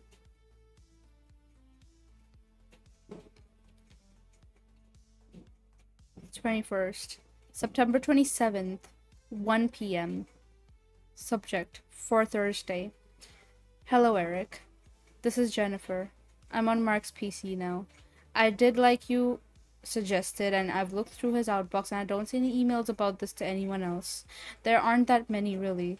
He didn't tell me a lot of this stuff, Eric. Like, now I'm reading the last thing he sent you back on the 13th. I don't know. I didn't know he was so emotional. Why didn't he tell me about this? But anyway, like you said, he wrote to you from his laptop when he was in Houston, and boy. And the police up there said they found that in his hotel room, and they're taking their own sweet time checking it out for clues. So yeah, I will keep asking for that to be sent down. Where else should I look? I don't know what else to do here except wait until you come down and look at it. He does have AIM, but I can't tell where the chat logs would be saved or anything if he's done that. Please tell me what else I can do.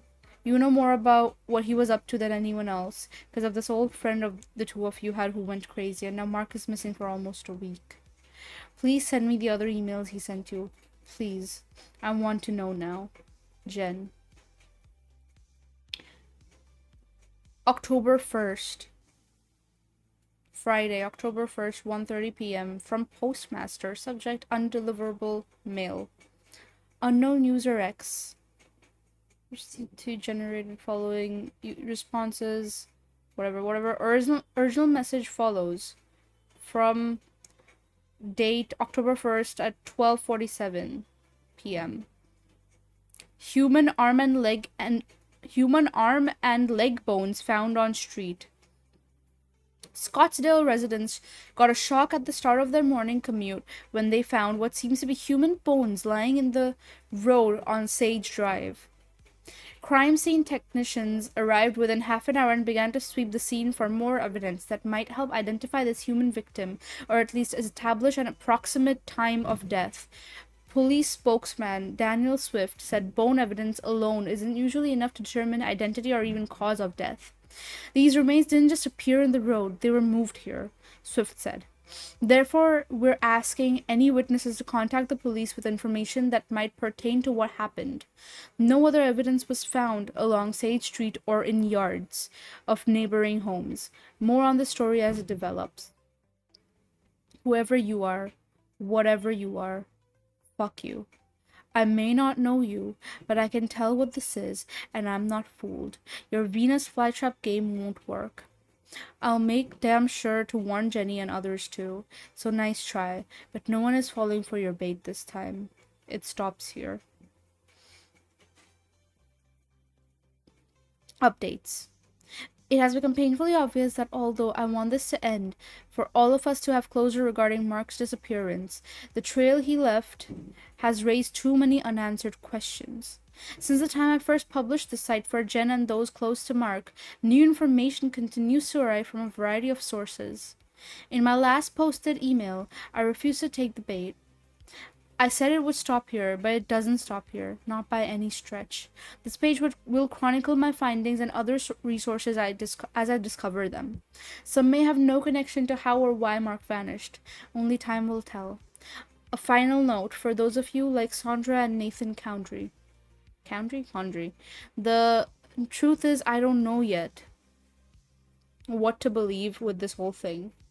But I know what I don't want to believe. 14th October 2004. Jen called.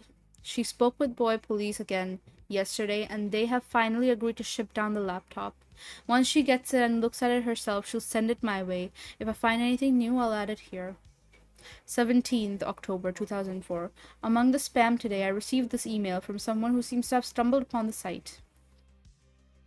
From Mr. Paranoia. Subject, the house. Very interesting. If it's real, I have some information for you. I don't know Mark, but that won't matter once I send you this link. Based on what I've researched, those who have figured out what this flytrap houses, risk becoming its next victim. Not everyone is eaten by it. Them, maybe. Some may just not be psychologically susceptible to it, the way some aren't able to be hypnotized. But if you walk away knowing too much about it, the house will get to you. Sooner or later, witness the Madsons. Maybe you don't want to know anything else. Well, regardless of how I feel about it, the site isn't for me. So in case you read it here first, send me what you have and I'll decide if I want to share it, Mr. Paranoia. Also, don't expect me to publish your messages to me ever again. I'm not a PR firm. 22nd October 2004. After trading emails several times with Mr. Paranoia, he finally sent the link mentioned in the 17th October email. Jen, I've read it already, and I want you to treat it as a hoax, unless you have something in the mail from a grocery store in Arizona. Call me when you've read it and we'll talk. It's a live journal site, which means to read it chronologically, you'll need to scroll to the bottom of the page and work your way up. The journal author is allegedly a 16-year-old named Danielle Stephens. Here is the link.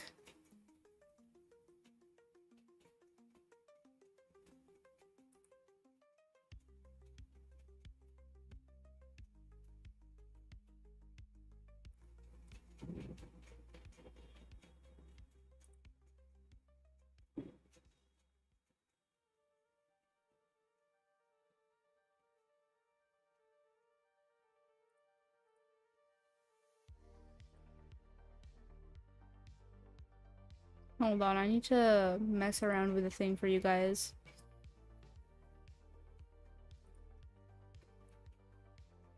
It's too big.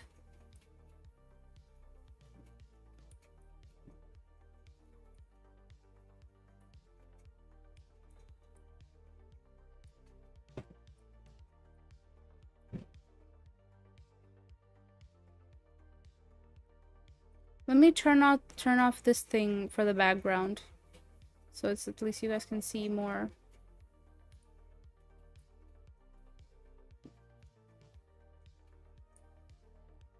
And I'll get rid of the chat background. That's not what I wanted to click. Unless... yeah, this should do. Hopefully.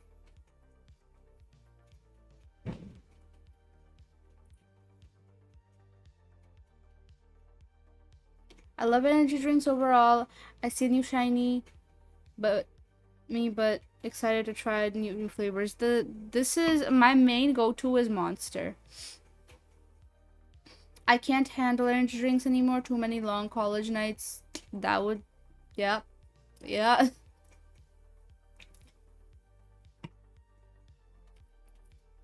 Goes bungee jumping. Yeah, no, I don't drink energy drinks that often anymore. I only drink it on days when I'm at university and I really desperately need something, or for streams. I used to, there was a point where I was drinking a lot of energy drinks. Like, literally was like, I treated it like water. But I eventually stopped. I realized it's bad for me. It doesn't help that I always get Red Bull and vodka when drinking out with friends. I don't drink out with friends often. Well, I don't mess with these things since last time I came in with Koma. Oh, holy shit. That's what she said. Come on, man. Anyways.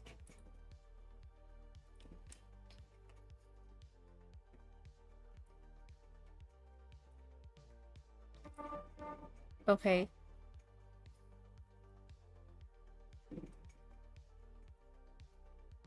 This is October 11th, 2004. Here, this is October 22nd. Hi, everybody. Especially Jonathan XXO. Here we go. Histani's first LJ. Well, it took me long enough. I just needed a reason for one. My life is pretty boring for the most part, so trying to keep a diary going felt like too much work. But whenever I get a job, like over the summer, I always have these great stories to tell.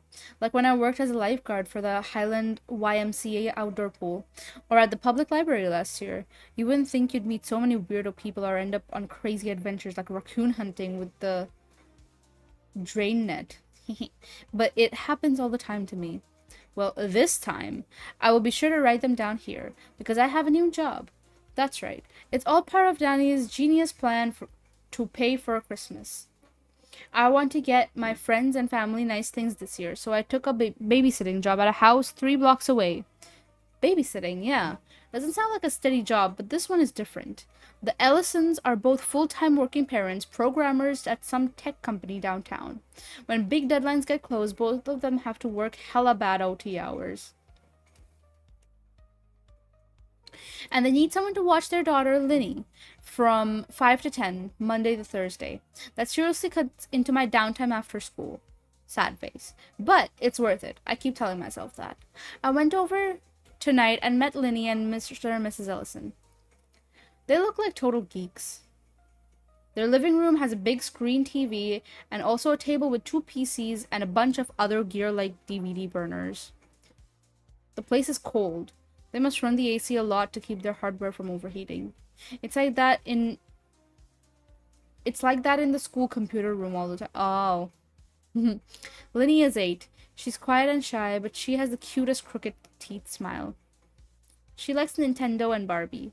I think we'll get along. My first day is tomorrow. It's so weird to have someone's house key on my keyring. I guess my references were good for them though. Wish me luck. XOXXO Donnie. Current mood, bouncy. 10:55 p.m. First night. This is October 12th.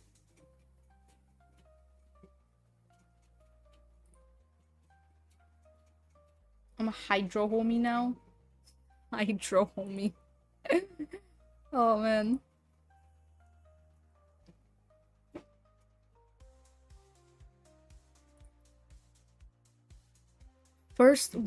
I'm back. First time babysitting was pretty easy. I got there a little before 5 and met Kathy. Kathy? She's the one who takes Linny home from school. She has a boy who goes there too. She knew Mr. and Mrs. Ellison when they lived in Chicago and helped them find a place here. She was in a hurry, I guess, but she seems kind of rude. She told me to be on time so I don't have to wait for you. I was on time. I was early. Lenny was still very quiet, but she doesn't know me, so that's okay. We played some Nintendo, and after dinner, she wanted to play house. She has a doll. Oh my fucking god!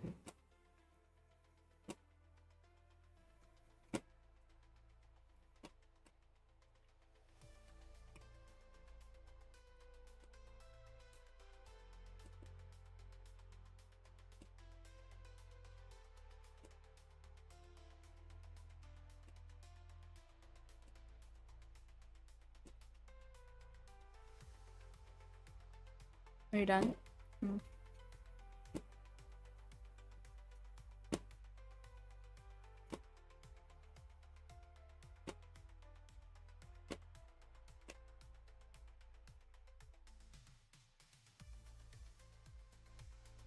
Are they done?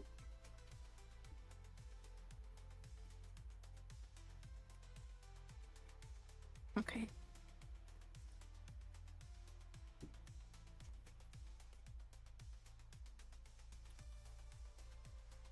She has a dollhouse in her room. It's really cute. I grabbed a Barbie doll and started playing with her, but she told me Barbie wasn't the right size for the house. It's true, too. Barbie is just way too tall. See what long legs gets you sometimes. See? But Linny doesn't have any dolls for the house. She says it doesn't need any because it's just a house. But I think she secretly wants some. If we get along, I may add that to my Donnie Christmas list project. I gotta remember to take a jacket with me next time though. It gets way too cold and I didn't find the thermostat. I was gonna say something when Linny's mom and dad came home, but when they showed up, they looked so tired. I don't know how they work such crazy hours. I just got my money and told them I'd be here tomorrow. That was it. Pretty uneventful first day. So sleepy now. Off to bed. XOXO, Donnie. Current mood, sleepy. October 13th, 2004, 10:34 p.m. Bizarre. Tonight was pretty bizarre. Lenny spent most of it in her room playing quietly, which was okay for me since I had to finish my Aimer history paper. I made her soup for dinner and checked on her from time to time. But when it got close to her bedtime, I heard her talking to someone. So I went back to see if she was calling to me or just chatting with her dolls. She isn't supposed to be on the phone. She was moving furniture around her little house, just talking to herself. I think she was repeating stuff she overheard somewhere, maybe even in the house. You know how sometimes kids say stuff they don't realize could get their parents in trouble? I think he was whispering, "Come on, Rick, answer the phone." And the door. um, is Mrs. Ellison maybe seeing Rick on the side? When I tucked Linny in bed, I asked her what she was saying before, and she just shrugged and said it was stuff she heard.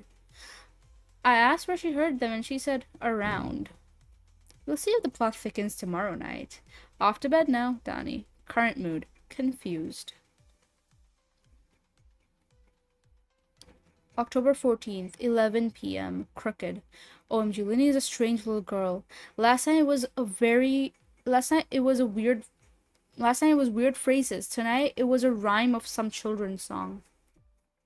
Something about a crooked man with six pants. I don't know. I mean, she can be cute and smiles a lot, but already I worry she doesn't get enough attention from her parents. Well, duh. Otherwise, I wouldn't have this job. She wanted to go to bed early tonight. I tucked her in and she hugged me and kept her arms around me for so long. She's definitely gonna get a Christmas present from me, even if I'm not her sitter by then. I told her a story to put her to sleep about a family of bears in a big house. I was using her dollhouse as the one where the bears lived. You know, just improvising. So I was looking over at it, and she said, and saw she had colored a room upstairs in red, marked it all up in a magic marker. I asked her what that room was, and she said, the one upstairs. Why is it red? Lynn just shrugged like she didn't know. What's it for? It smells like cookies and candy.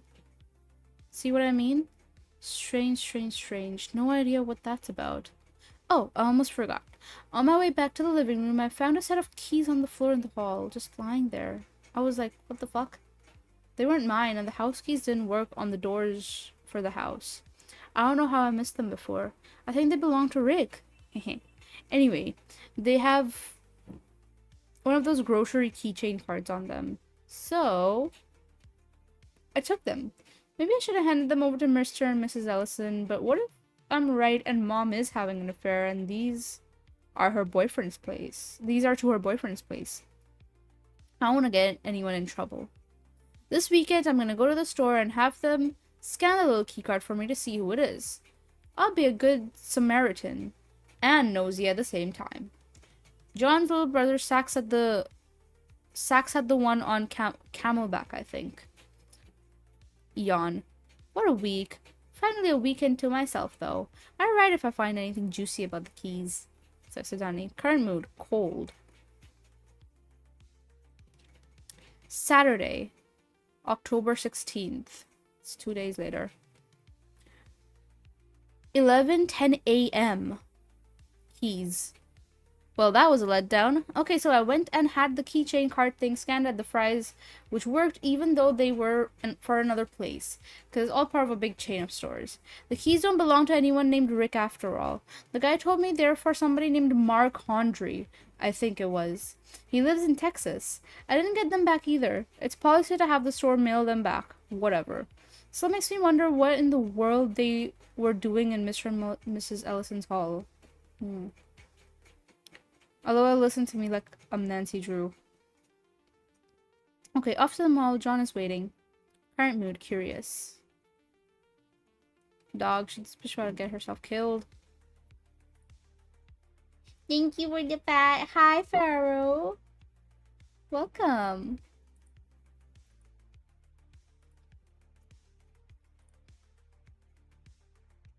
Monday, October 18th. This is again skipped another day. Ow, ow, ow, ow, ow, ow, ow. Yeah, I'm okay.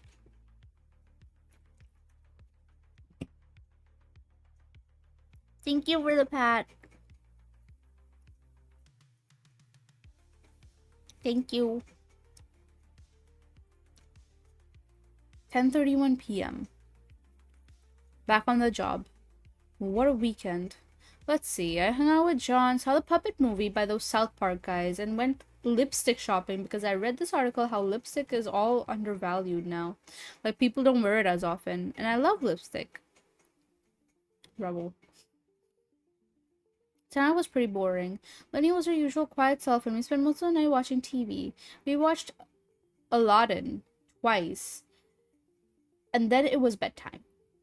The house wasn't as cold this time, or maybe it wasn't that bad since I brought a jacket and kept it on. Oh, I burned dinner. Oh, that was frustrating, because I know I said it for the right time, so I made us PB&J sandwiches instead. I'm such a mom. No joking about that. I gotta tell you, this one weird part was when I was cleaning up the kitchen after putting Lainey to bed, I heard what sounded like somebody barreling downstairs. Only there are no stairs in the Ellison's house. I think it was just the TV, or maybe the garage door. Garage doors just make sounds like that, because the Ellisons came in a few minutes later. Boy, they'd look tired. They could have used a couple Donnie special PB&Js themselves. I still don't know if I should mention finding the keys that belong to that Mark guy or not. Anyway, time for bed, Donnie. Current mood, sleepy. October 19th, 10:48 p.m. Why am I doing this again? Bleh. I don't feel good. I have a headache for half the night, just pounding on the back of my eyes. I've taken like 4 Advil already and it won't go away. Babysitting was a nightmare. I had 2 papers to write, plus lit homework. Plus, Tuesdays are workout days for me, but I got up late and couldn't work out in the morning, so I sort of squeezed in a quick 20-minute session after school. OMG, Lenny kept saying that stupid rhyme all night. It drove me nuts. Oh. I'm sorry if I hear it one more time, I'll snap. I had such a hard time with everything tonight. The house got really cold at one point. Made my ear ring. You know the high-pitched sound like they use for the test of emergency broadcast system? Yeah, my ear was doing that. I thought it was the computers at first. Did I tell you about the PCs in the living room? Anyway, they're always on. I went over and checked them out. The table is like a spaghetti bowl of cables leading off behind the furniture or into the wall. Turns out it's not from them. The ringing was in my ear. But the Ellisons had some sort of monitoring program going. All these numbers were scrolling like mad in a window. The program wasn't anything I recognized, but the file name was like Tempest? TMP test _ attic.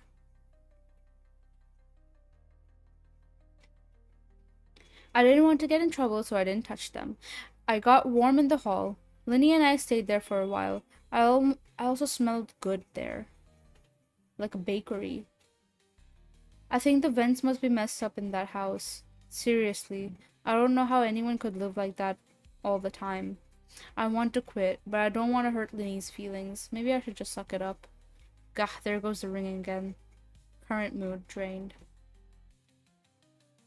Oh, jeez. Wednesday, October 20th. What is there to drink? There is Monster and then there's water.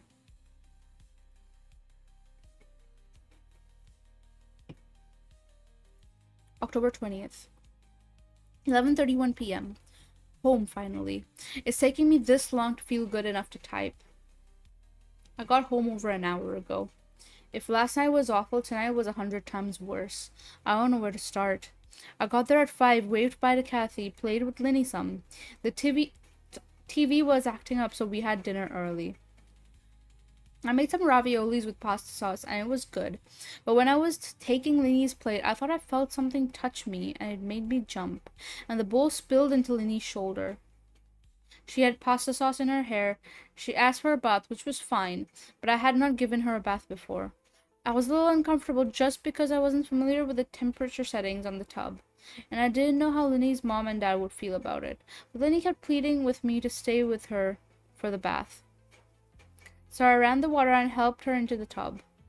The string came out of the faucet as the tub filled up. It made Linny nervous. I tried to tug on it and pull it all the way out, but it must have been caught on something inside the pipes. It just dangled from the faucet and floated on the water. Some of the pasta sauce had gotten in Linny's hair, so I rinsed it out a little. There wasn't any soap in the guest bath, so I went into the Ellison's bedroom to borrow from their master bath. That's when Linny started screaming. I've never been so chilled to the bone before hearing her tonight. It was horrible hearing her scream. I turned and ran back to her as fast as I could, and when I got back she was hanging onto the edge of the tub trying to get out, and the string was wrapped around her leg. I yanked and yanked at it again, but it wouldn't budge, and Lenny kept screaming, get it off, get it off, so I started to try and unwind it from her leg, but the shampoo in the water or something had made it slippery, and I started crying. And then suddenly the string went slack and I tore Linny away. She had a set of marks on her like stripes, where the string had cut into her skin. Later, when I went back with a pair of scissors, the string was gone and the water had drained away. We spent the rest of the night in the living room on the couch, piled under 2 blankets and pillows from the Ellison's bed. Linny eventually fell asleep, but I was so worried about her and confused about what happened. I was a nervous wreck. At around 9 p.m., one of the PCs started beeping like crazy. I got up to check on it. An alert had popped up. It said, like that. Then the power cut out and back on again. Only some of the lights didn't come on. Just a light from down the hall. In the hall it was easier to see, but I took the wrong turn on my way back. The tiny hall and door that leads to the garage was not where I thought it was. Instead, I found a set of stairs. Dog, I'm getting spooked, bro. Like real stairs. Going up. And it smelled like cake. Like right out of the oven. I felt so lost and strange, I can't explain it. Except, I didn't think the house had a second story. It's too hard to see from outside. I finally found a way into the kitchen, and from there went to Linny, who was still asleep.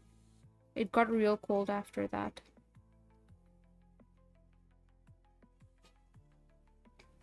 Hi, JK! Master, thank you. Hi!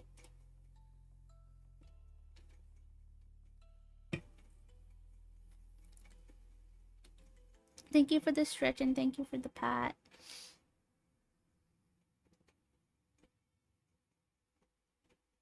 Oh, okay. Yeah, I needed that. Just woke up, but a reading might actually put me back to sleep. Her voice is just that cool. Stop. What the hell? When the Ellisons got home, I told them about the bath and the other problems, but I didn't mention the stairs.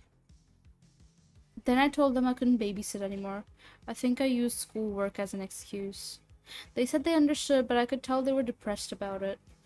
I'm sorry, but I just can't keep doing it. Well, Mrs. Ellison asked me to please just make it for one more night, and then they would get a new sitter over the weekend to start on Monday.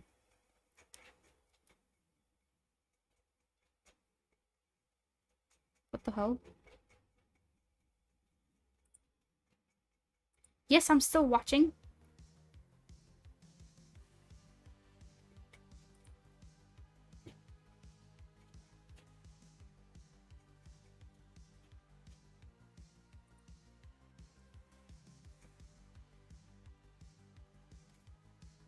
Good thing I'm working, otherwise bedtime.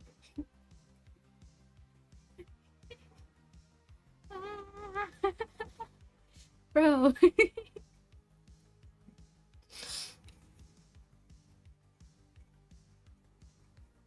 Okay.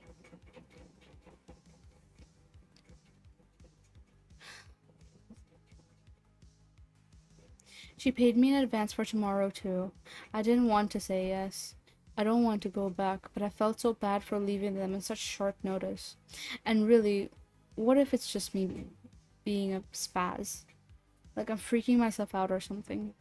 Anyway, I told Mrs. Ellison yes. One more night. I can do this. I'll come back and tell you about the final 5 hours sitting for Linny in that house. And come Friday, I will talk about something new, like my friends Don and Kim, or how I love Starbucks strawberry cream fraps. Or whatever. Just to keep me in the habit of writing here. I think I've been pretty good about it anyway. I sort of get on and start typing automatically before I go to bed. Okay. I wish I wasn't so scared of going back. I feel so empty. Danielle. Current mood. Numb. October 21st, 2004. There was a crooked man and he walked a crooked mile. He found a crooked sixpence upon a crooked stile. He bought a crooked cat who caught a crooked mouse, and they all lived together in a crooked little house. Red Rover, let Jenny come over.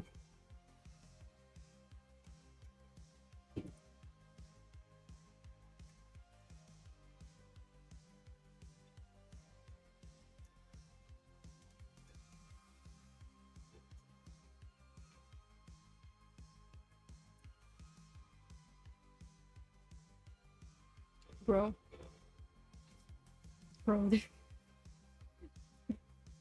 Piece of lore drop, by the way. I fucking hate this. I fucking hate the crooked man rhyme. And it's all because of that one fucking movie that had... was it Conjuring? I think it was one of the Conjuring movies. I fucking hate that. It freaks me out. That was the first time I heard of this rhyme. That was the first time, and that is my first impression of it. So every time I... It's associated with all the creepy shit, man. What am I supposed to do? Collective nap to Ben reading. Bring our own pillows or sharing what's around. You can bring your own, but I'm sure there's something around here. Go to sleep with Ben's sultry voice. Can't get any better. There's a very good reason I listen to her audios to eat sometimes. I hear Crooked Man bring back the Conjure movies. Oh, yes. Yeah, basically. I can't hear Crooked anymore without thinking about that. Crooked is too... It reminds me of two things. One, this fucking rhyme, and that reminds me of the Conjure movie that gets me scared. Or Crooked Young by Bring Me the Horizon. It's a great song. But yeah, usually it's creepy shit. Anyways, that's 21st October. Let Jenny come over.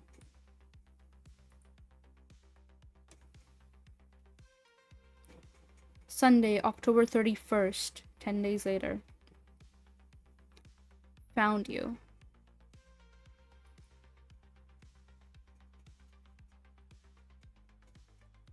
Oh, fuck.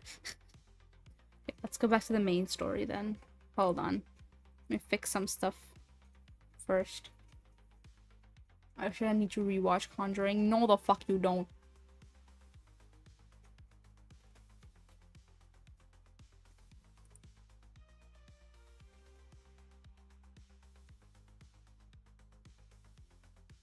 Let me fix... Oh.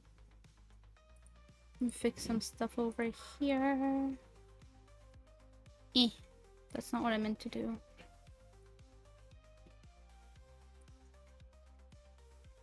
Okay.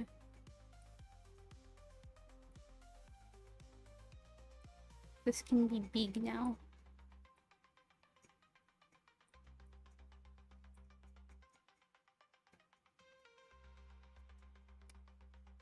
Cool. A new movie as well was a good one. Just for horror because I'm bad with it, I was gonna say, I generally avoid horror because my brain starts doing things. So, depending on my mood and what type of horror it is, I will have two reactions, right? I will either be shitting myself scared because I'll start need someone to hold my hand to watch it. Yeah, basically. I'll start like if I see a dark room, I'll start my brain will start thinking there's something in that room and it's trying to get to me. And it's like there's nothing moving in that room, but my brain will be like, ooh, there's something moving in there. It's moving and it looks creepy. And I'm gonna sit here, I'm gonna believe it. I'm gonna look, it's moving, it's creepy, please. So I kind of tend to avoid watching horror, which doesn't help because in the end of the day, when I'm sitting here and I'm eating and I'm trying to look for entertainment, I either listen to audios or I watch creepy shit on YouTube. Like, either way, I'm getting fucked over. And then every Friday, I've got this to haunt me. So, that's there. And the other reaction that I have based on my mood is the monster fucker in me comes out and I'm like, Now, hear me out. It depends. It depends. It depends on the movie. It depends on what's in it. I've had moments where I looked at something horror and I was like,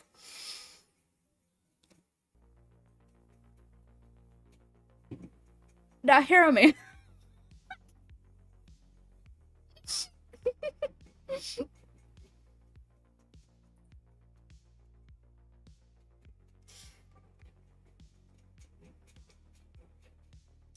I live for it for the thrill. Well, that's good. I mean, it's good that people enjoy it. It is entertaining, definitely. It's just some people may not be able to handle it, like me and Donat. I get way too easily scared, and it's not just the fact that I get scared, I start imagining shit. I start thinking shit. My brain starts working overtime just to scare me, basically. And it's overactive imagination. It causes me issues in my day-to-day life. It has I when I was young I had a fear of the dark and then I got over it, and then shit like horror movies and stuff reawakened my fear of the dark. I'm still afraid of the dark. This is part of the reason why during abiotic streams, the moment the facility goes dark, I'm like kind of like shitting myself, losing my shit, cuz I'm scared of the dark.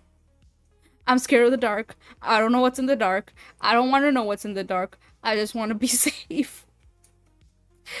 Yeah, it's part of the reason whenever, like, abiotic facility goes dark, I'm dying.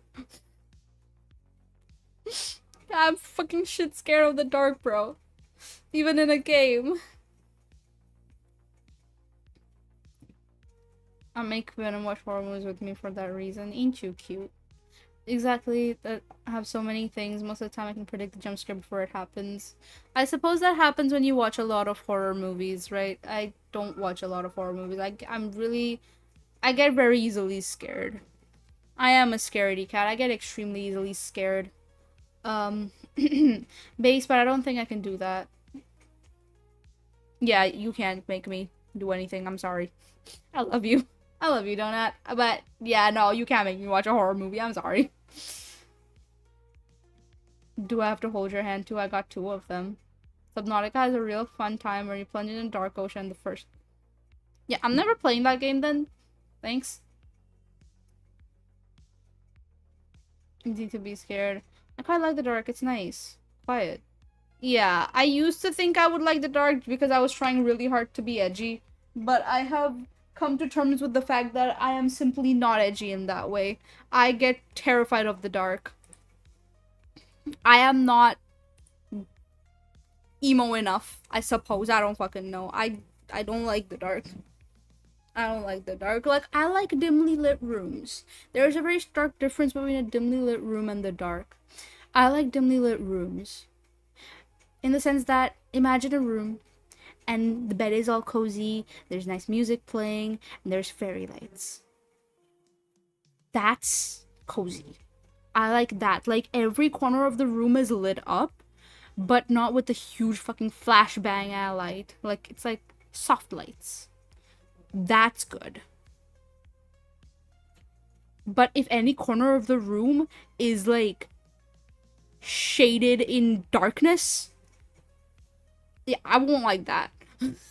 Every corner of the room needs to be lit up, but with soft lights. That is my preference. Um, Maybe that's the ADHD or autism speaking up. I don't fucking know. But poser alert, sirens and flash me. Man. But yeah, and this is part of the reason why, for those of you who don't know, I don't have a room of my own. But we are working towards, I am trying to work towards getting a room of my own. That's part of the reason also why I save so much of money all the time, because first of all, I have to help with whatever changes we make to our living situation at whatever point. And I would like to make whatever room I have very good, right? Like, I'd like to make it nice. And hopefully pay for everything myself. I don't want help from my parents for that. Even though they are willing to help, I don't want it. I want to be able to pay for this shit myself. Now, I want, and I've told this to my mom, like, this is back when we were looking at new apartments. I told her, I want the smallest fucking bedroom in the whole house. I don't give a... Give me the smallest room there is in this house.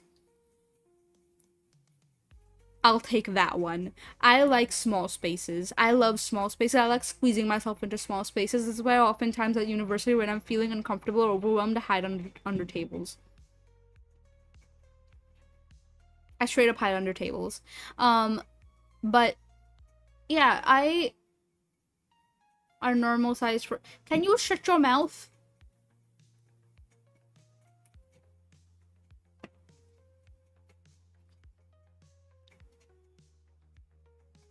Low hum, big area, all darkness, hell yeah. Hell fucking no. But yeah, I like small spaces. I don't want my room to be huge. I don't like huge spaces. Prison deluxe aesthetic. Prison deluxe aesthetic is wild. But yeah, I want a small room where I can just hang up a bunch of fairy lights and they'll kind of evenly lit up the room. Evenly light up the room, and like, I don't even care for a full bed. I can deal with the mattress on the floor. I actually don't give a flying fuck about any of that. I just want my own space. I just want a place where, and like, I want to treat the room eventually as well to make it more friendly for recordings. That's also part of the reason why I want a small room. It's comfort. And also, smaller room means less echo during recordings. So, small rooms have multiple benefits. The only issue that would be is that I would not be able to invite people over. Or invite too many people over, which is fine because I'm not trying to invite too many people over either way. So, it doesn't really matter. Just a cot and 3 meals a day, ultra comfy. Just a cot, not even 3 meals a day. Like, you give me like 1 meal a day and I'll be able to live. 1 meal a day and enough water, I'll manage the rest. You don't gotta worry. Like, I don't think people understand how low maintenance I am. Especially my mom, she doesn't understand how low maintenance I am, and she tries to treat me like I'm high maintenance. Like, it's like a plant that requires very little water and it can be healthy, perfectly healthy. Like, that is the maximum amount of water you can give it, just like really very little water. But if you're trying to like flood it with water, it's going to fucking suffer. Like a cactus maybe, I don't know. If you overwater a plant, it fucking dies, I think. Kind of like that. That's the same analogy here. I don't like people being overbearing. I'm very easy to maintain. I'm very easy to do. Just like give me like food once in a while. throughout the day, maybe. Leave food. You don't even have to give it to me. You could just leave it there, and I'll just dig it up from somewhere. And the rest I'll handle it. Let me handle like let me handle myself. Stop being overbearing. Stop like trying to overtake care of me. I'm good.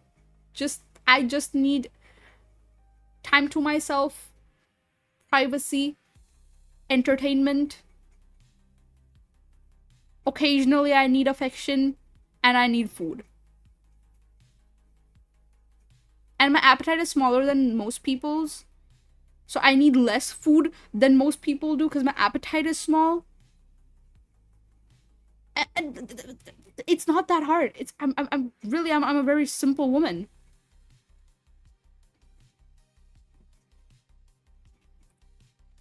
Hi, Corn. Welcome. Harry Potter's room is right under stairs. Do you want a room that's small or slightly larger?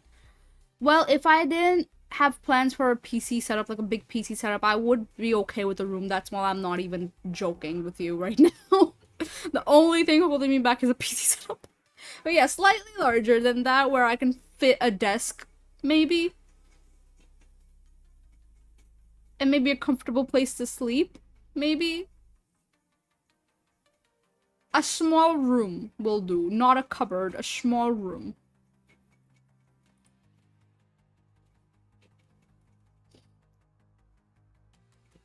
You've been sassing me the whole time. Can't I fire back? No, you can't. I played Subnautica, and every time I do it by accident, all the whimper and I escape the pod.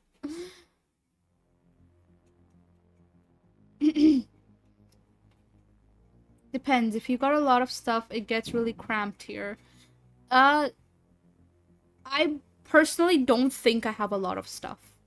Half of the stuff that I own is literally just to make my current living situation more comfortable.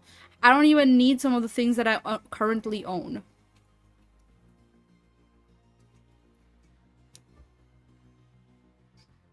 The only thing that would be cluttering the place is the ungodly amounts of monster cans I have. Which I have a lot. Like, a lot. A fuck ton of monster cans. Like, a fuck ton. So, that's the only setback that I see. Otherwise, everything is okay. Half a million hamster bottle of Monster God. Yeah. I spent so much sleeping on the planet meal a day because I was broke as shit. How did that turn out? Treat her like an actual cat. Yeah, simple cat. Thank you for the stretch. You would have a panic attack in my family since it's complete opposite. Interesting. Here's the thing though. For me, wow.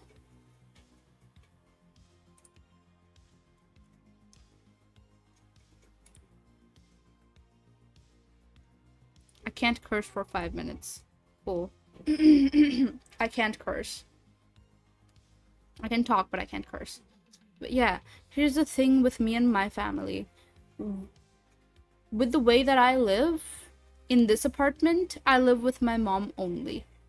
And ideal situation, the ideal situation that we're aiming for is me, my mom, and my sister living together under one roof. With hopefully me having my own room, my sister having her own room and all that. Listen, population is an issue here. But, so... Also, hi, Ray! Welcome! Monster Can Collection, yep. I slept in drainage ditch once. I absolutely hammered. Holy shit, man.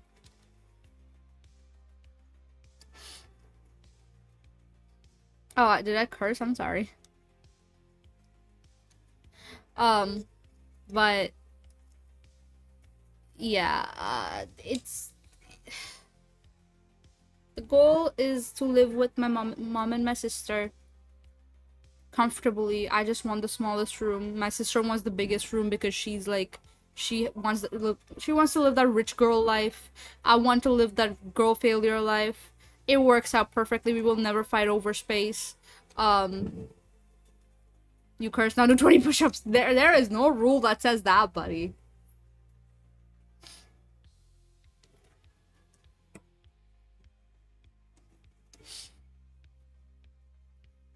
Also, yeah, I should put back the push-up redeem.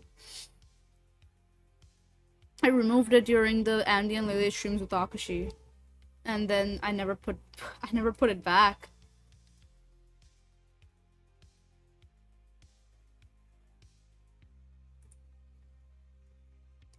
Mods add this rule because mods can't do shit. They follow the rules I make. Learn another language and curse in that one. I would love to curse in the languages that I already know. However, I can't because that will dox me. Hi, Winter. Welcome back. And it's getting really loud outside. Either way, I think we're gonna go back to reading. Or at least we should go back to reading. Yeah, it's getting insanely loud.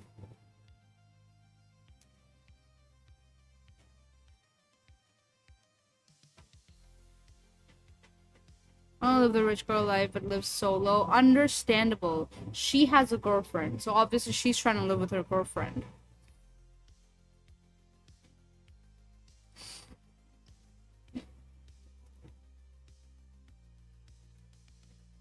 I thought it was better to sleep in a ditch than try to find my car keys and drive home. The drunk mind works in strange ways. I once said a thing to an ex of mine. I said drunk affection and sober anger. He took offense to that. So yeah, the drunk mind does work in odd ways. You start loving people you don't actually love. You start doing shit you never would.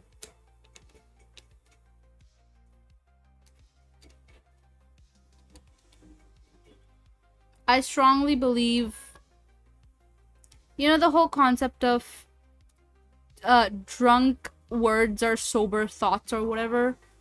I think that's not accurate. I lie through my teeth when I'm drunk. Joking. I'm joking. Not really. You wanna love me as? As I'm so proud of you. You're doing so great, and I hope you know that you are trying your best. I know content creation can often be very taxing, tiring, especially with the amount of competition that there is in the whole scene. But I hope you know that you're doing great, and I'm proud of you. And thank you for being so supportive. It genuinely means a lot to me. And I hope you know that I am cheering you on, even though I don't interact with you as much, or you know, we're mutuals. But whenever I see you post, I hope you know that I'm cheering you on. I'm proud of you. You're doing great. And good job.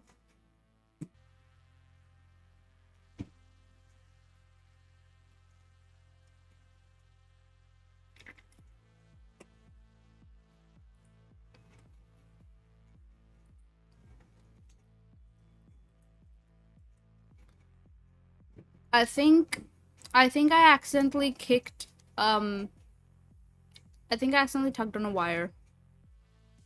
That may have been the issue.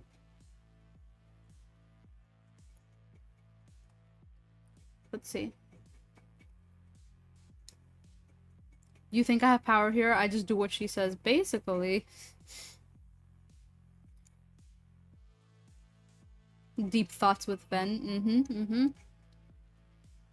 People say the wildest stuff when drunk. They do. You know, like how my ex said he loved me and all that when he was drunk? I can't stop making this joke. It's painfully hilarious to me. Oh man.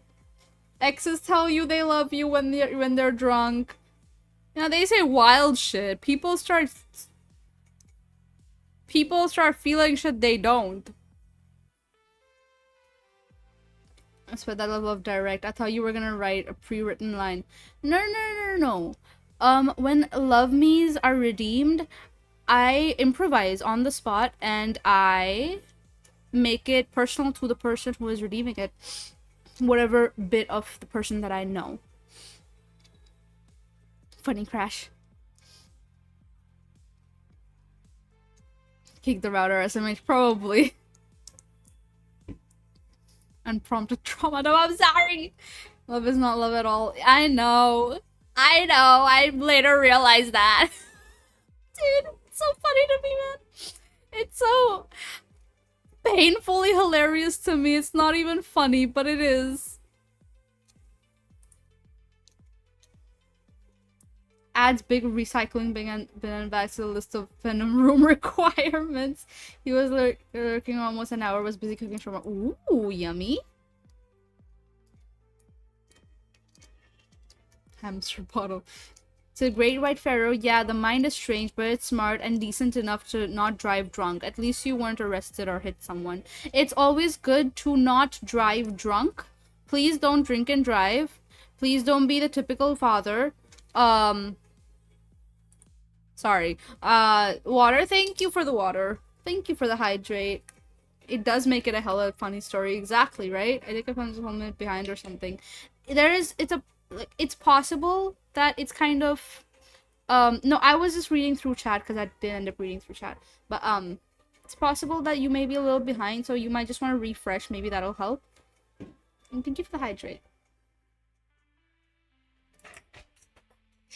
I dropped the bottle cap. Ah. Anyways, back to story. Stop making me yap because I will keep yapping forever. Anyway, so the last thing here was October 31st, 2004, and this is happening in October 26th. Jen, please call me back. I know it must be driving you crazy, but do not go to Phoenix. Mark was never there despite what the postmark says on that box. The keys are just like the article about Andrew. Bait. Please, please don't do this. Send me the laptop and we'll figure it out together, okay? I wouldn't have to put this here if you'd answer your phone. I know you visit this page regularly. Call me. 26th October late. Lots of responses. I didn't expect this. Thank you for your support and your technical notes. At this time, I cannot involve and will not involve anyone else for a number of reasons.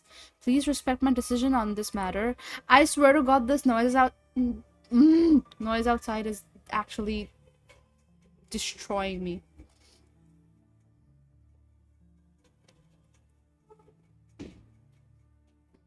I will have to go now. I have to prepare for my game night with my community. Bye-bye.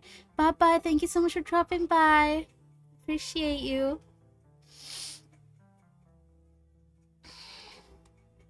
Every time she crashes, I tab into mod view. I get jumped by second Ven. Doing Lord's work. Yep. Thank you, Donat. I do appreciate you very much.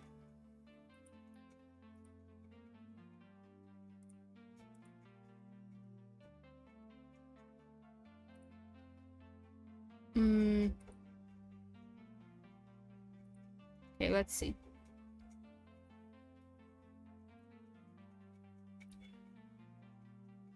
Please respect my decision on this matter. I will keep the contact information for the paranormal investigators, and I will continue to help those close to Mark as best I can. Please, no more calls. Connie is going out of her mind. Thank you. 27th October. Sandra, Nathan, check your email. I finally heard back from the Sprint PCS service rep today. No more account authorization hassles. He said their records show and have billed for only 14 text messages from Mark's phone on the 21st of September. The last one timestamped at 5:11. He's sending me a copy of the logs, but I'm not sure if they'll do us any good at this point. Awaiting the laptop now. 28th October. I've been contacted by Diane M., who says she was friends with Lucy Matson when she lived in Houston. Hello, Eric. A friend linked me to this site asking if this was the same Lucy I knew when I lived in Sugarland. After doing some reading, I'm convinced it is. I had no idea what happened to her after she and John moved. Lucy and I met through a little book club some mutual friends started up. We were both avid readers.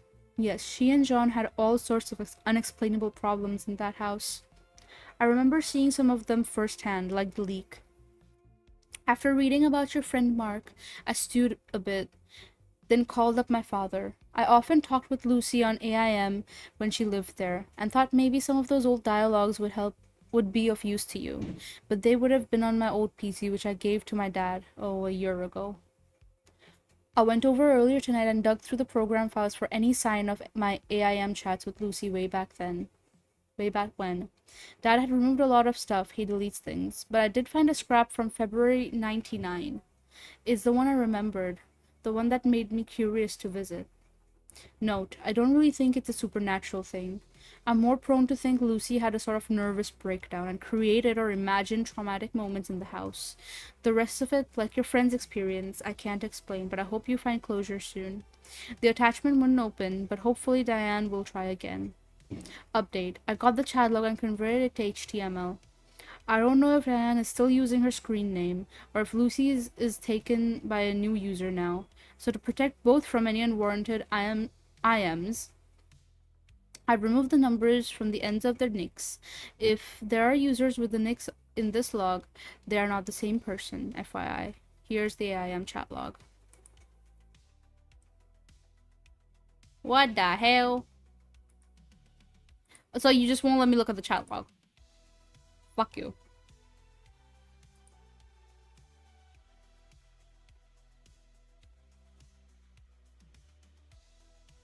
There's not a date. But whoever's behind the story used that date on purpose. I wouldn't put it past the internet. I clicked 2 buttons all stream. I'm proud of you for it. I'm proud of you for clicking those 2 buttons, Donut. Sometimes that's all you need. Yeah, sometimes that's all we need, and I'm proud of you. The chat log works for me. You know what I know? I think I know what the issue might be.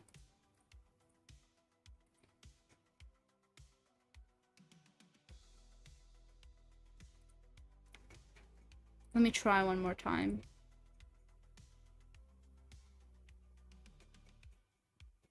It's gonna open. It's gonna open. I just had to turn on a VPN. Oh, what the hell? Please don't scroll past this. Go away. October 29, 2004. Holy shitterinos.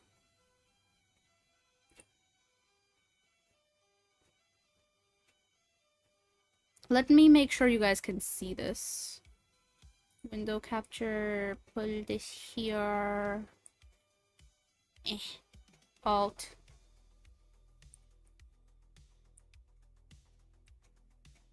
There we go. Oh, this is the Wayback Machine. Okay. Session start Lucy Goose and Diane Menzie. Wednesday, February 10th, 1999.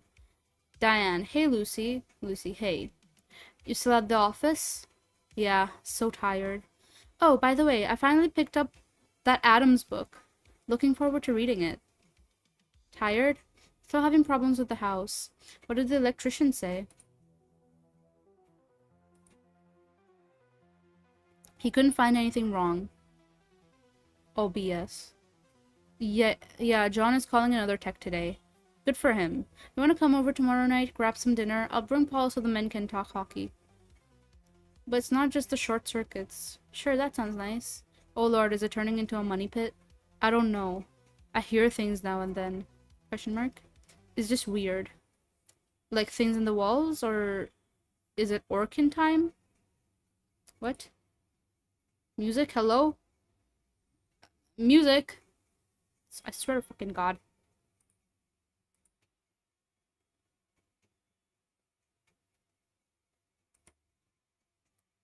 Can I play the... This is not what I want. I want this.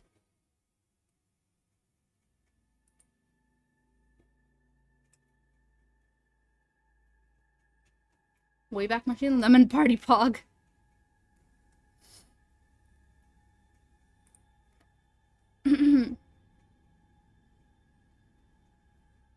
Is this weird? Like things on the walls? Is it Orkin time? Not like that. Voices. Voices. I don't believe in ghosts, D. But it's like that. That's the closest comparison. Whoa, you're serious? I went to the laundry room Monday night to get an extra blanket for the bed, and I swear I heard someone choking in the hallway. It was like choking. Exclamation point. Lucy, that's horrible. There's a weird mark on the wall where that cuts off at the ceiling. You think is it haunted? Do you know much about the place? I think it's stress. I think I'm just falling apart. I'm so sorry.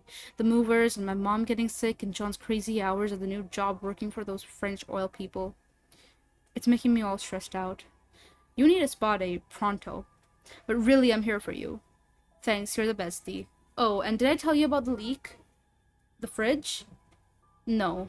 In the master bedroom, there's a leak. Hold up. The bedroom? Yeah. From the attic, it's in one corner of the ceiling. A big stain and it's spreading. Water damage? I know it's rained recently. This is something else. It's slowly eating at the paint on the drywall. What the fuck? Plumber? John went home early to meet the plumber, yeah. They searched the attic up and down and couldn't find where it was coming from. The plumber said it doesn't seem like chemicals, doesn't smell like that. What does it smell like? Like, I don't know. Like bile. Oh! One moment.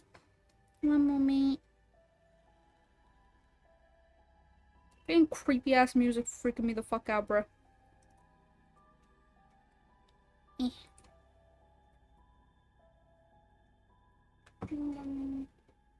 Ow. Please. Hello. Okay.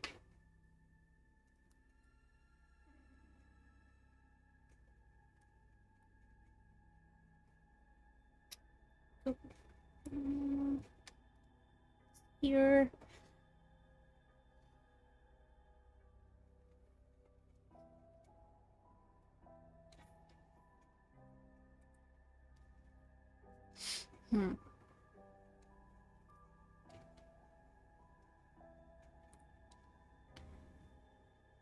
Like bile?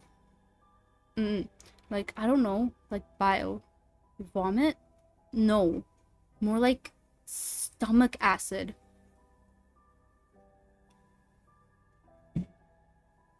There were bones when Mark disappeared. There were bones on the street. And what does a Venus flytrap do?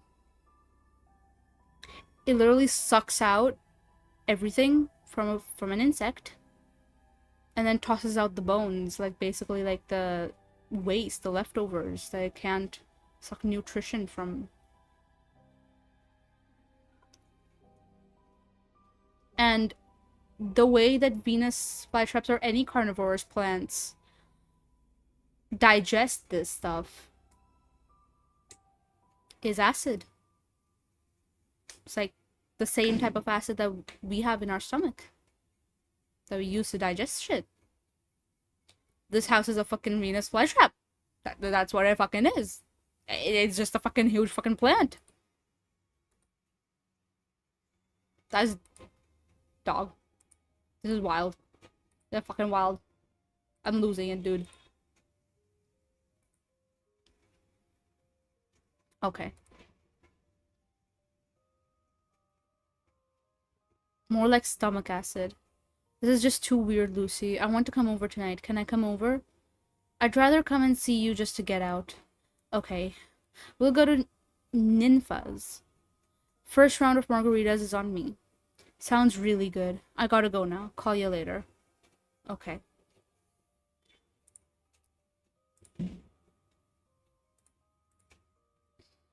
Hold on. It's like the movie Monster House, right? Right? Yeah, it is like the movie Monster House. You are correct. Also, pretend like nobody saw V in the side of the recent stuff that I visited in this wiki. Um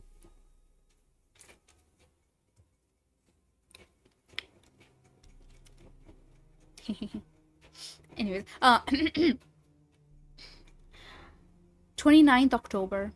Laptop arrived. There's a lot to sort through here. Most notably some pictures Mark must have downloaded from his camera phone.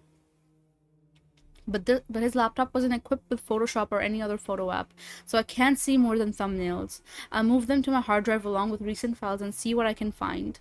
Also, it's crunch time at the office, so I'll be working this weekend, FYI. Maybe we all could use a little mental break from this.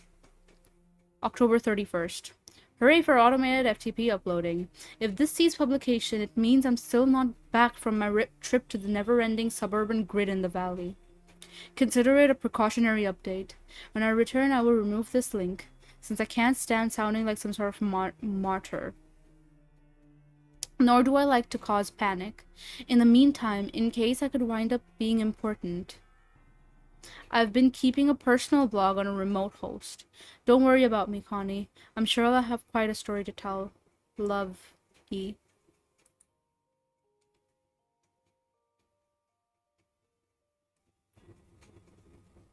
Blog has been removed.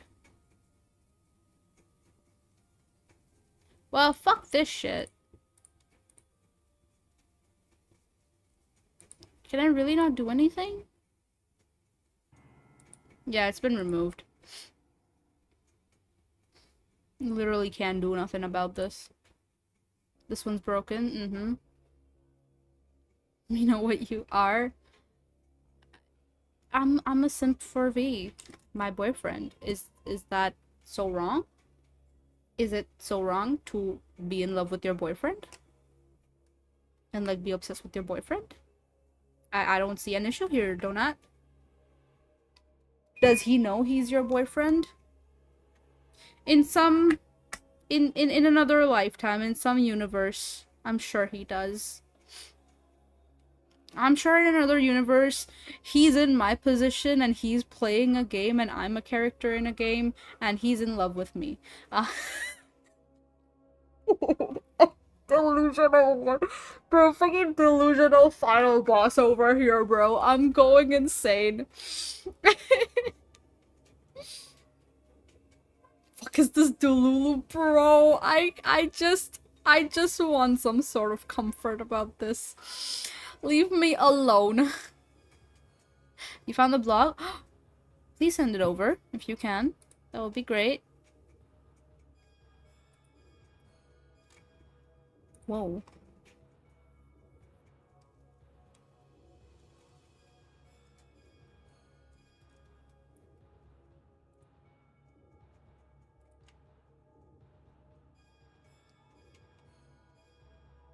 So open it on the Wayback Machine. Oh. Give it to me. Thank you. Thank you, darling. Okay, I need to...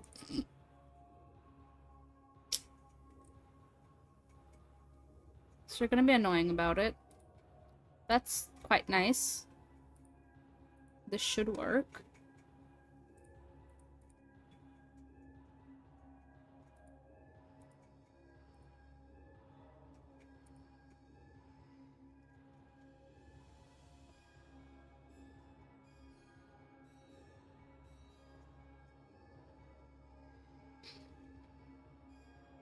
Hello? Oh. A quiet space.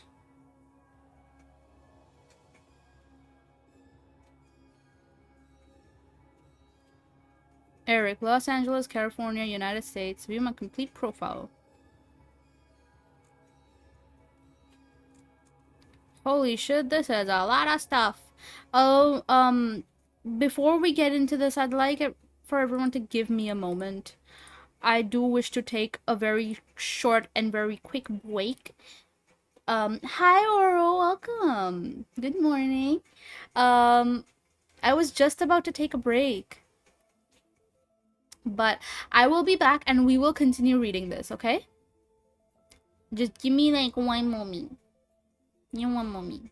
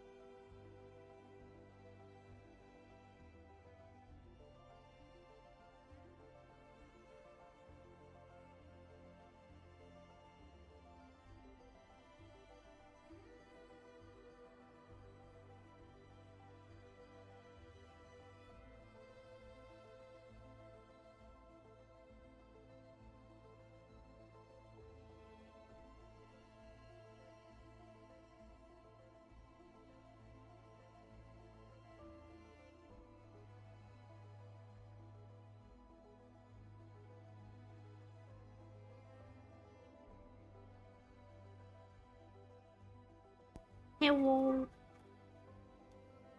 Okay, the model is dying. I have returned.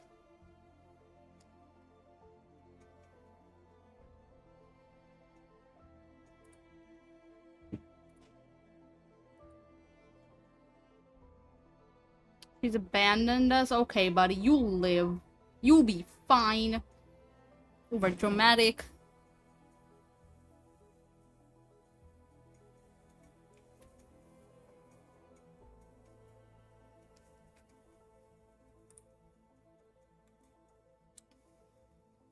Yeah, I am back. I grabbed the snack. Good boy. Now, let us go back to the story. Sometimes I hear her voice speaking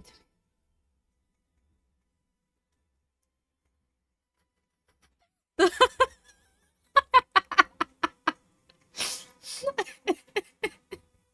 Donut, are you okay? I grabbed the snack and came back to a snack. Okay, bro, what the... Pick a lane. What do you want? I... I'm screenshotting this.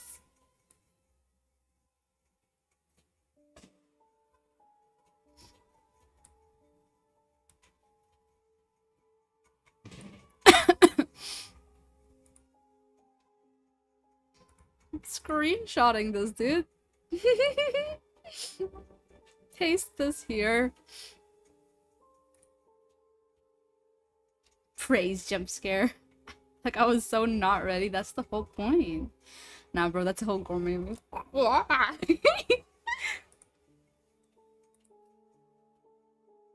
Okay, let us go back to the story.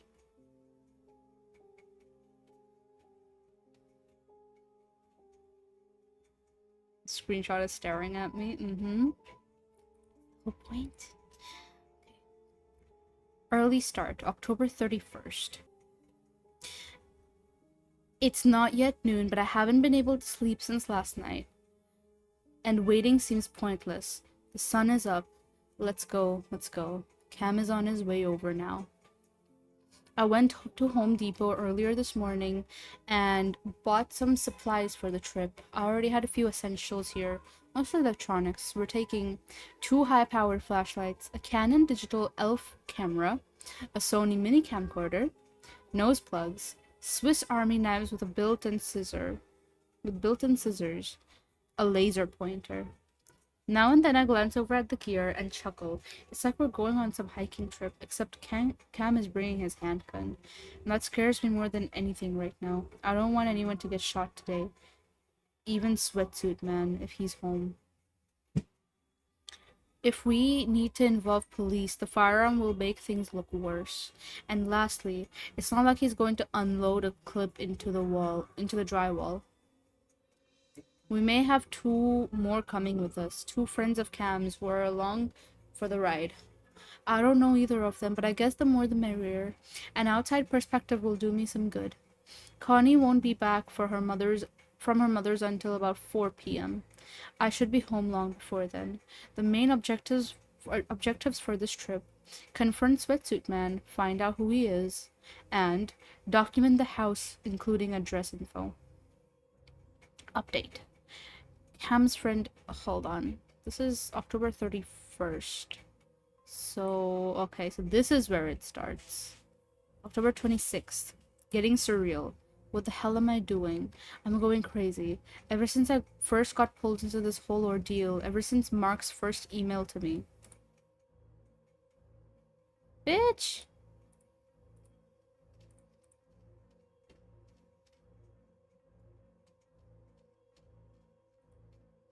My goodness fucking gracious, dude. Oh, man.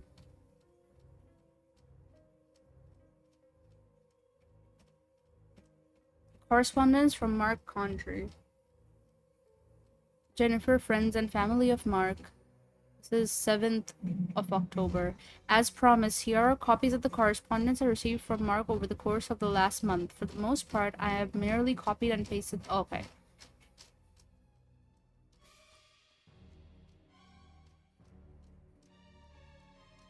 I don't know if you guys can hear that, but holy motherfucker. Dates and other resources.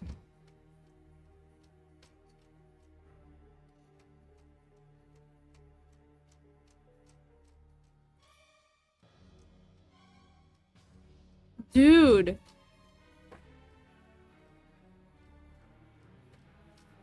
I'm so glad you can't hear this, but they're playing music so loud my windows are shaking.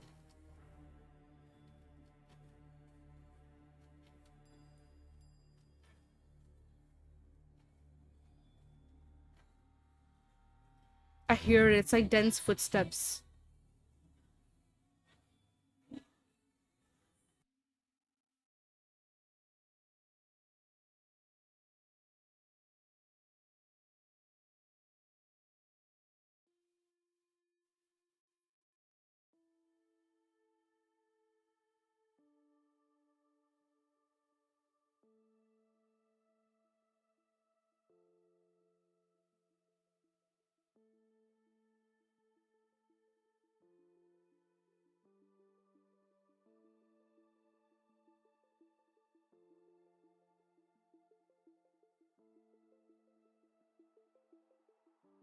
Any chance a nice complaint could be made? You have to understand, this is going on out on the streets, dude. If any, this is normal. This is normal. This is normal. Thank you for the head pat. Why the pouty look? Because people are playing music so loud outside, it's shaking my windows. And it's distracting me from reading. And that's making me sad.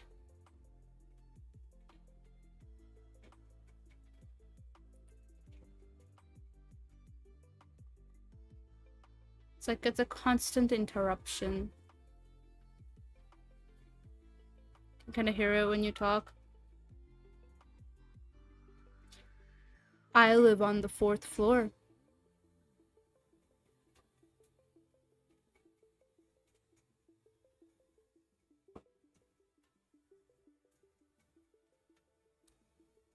I thought it was a neighbor just really because they're loud if it seemed like they were next to your place. I live on the 4th floor, buddy. This is down the street.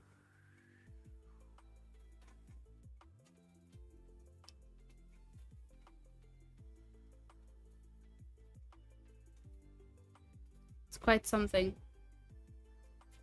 Sound system breaks so they can't play music out loud for a month. It's fucking crazy. Yeah, it is fucking crazy. That's just how things are here, especially during festival time. Hi, Texican. What is this name? Texican Akuma. Hi. Hi, welcome. They're just slam dancing away without a care in the world, basically. This stuff is very common around here. That doesn't mean I like it. However, it is common. And you have the OBS filters on for the mic? I do. This is with the filters on. Here, let me try something. Actually, no, I won't try it on... Oh shit, that's me. Oh, it's you. I never applied a noise gate. Partly because I don't want shit to come through while I'm speaking, but I think I have to mess around with it a little more. I have a limiter on. I'll tell you. Filters. I have a limiter, I have a noise suppression, and I need to add the noise gate then. Because I was messing around with the mic filters a long time ago. And I applied whatever sound made me sound the best without, like, making me sound like I'm fucking underwater. And this was the combination that sounded the best. But now, obviously, things have changed. I feel that I need to fucking change things up. Not noise suppression and gate on my end. Yeah. Another friend of mine was telling me that, and I need to add the noise gate too. Noise suppression and noise gate both together are really good, I've heard. A lot of work for this. Okay. I need you to understand.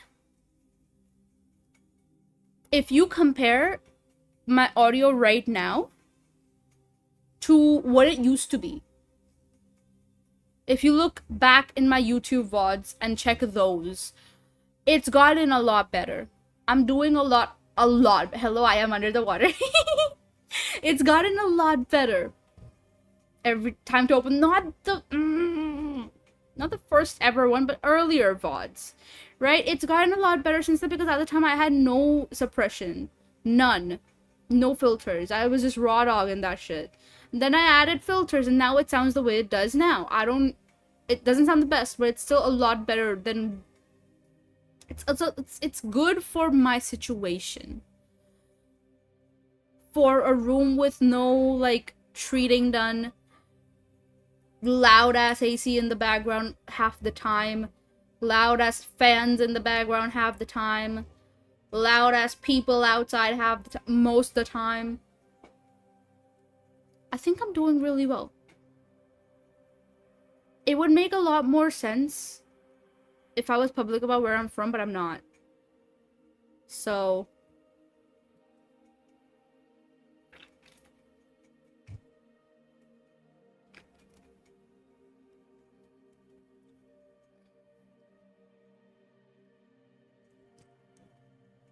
why am I being sent a photo?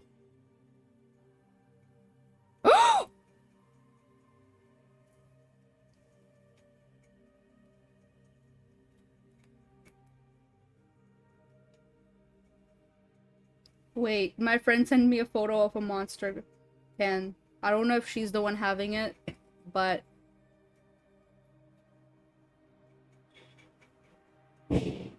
yeah, my friends see monster and they're like, yeah, we gotta send this to her.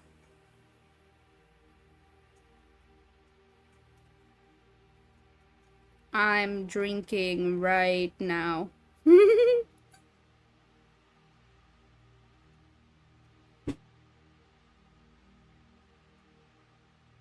Anyways.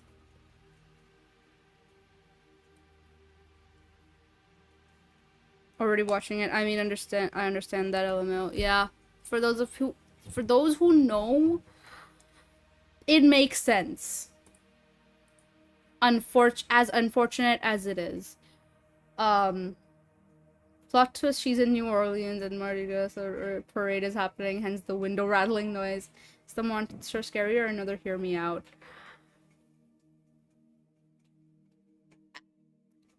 I meant the drink. I meant monster, the drink, the energy drink. Friend's fridge, and just let me send this to Ben real quick. Everyone sees monster and they send me pictures.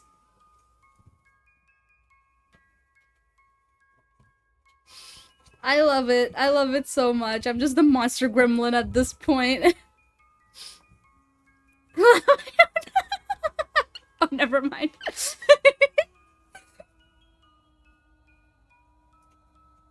Now I know you will die someday due to excess amount of caffeine in your body, my friend tells me. Monsters are always hear me out. Hear me out, I'm about to crack it open and drink it. Crack what open and drink what?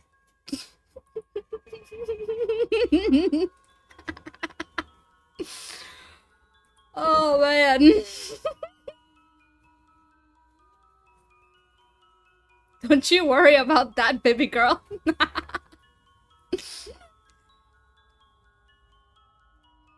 Tip, wanna find out? Depends what kind of monster it is.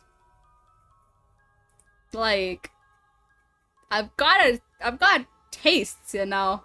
It just reminds me of the show. Garu was a ninja, so when it was his birthday, everyone in their village just gave him a sword for his birthday, so he just had a pile of katanas behind him.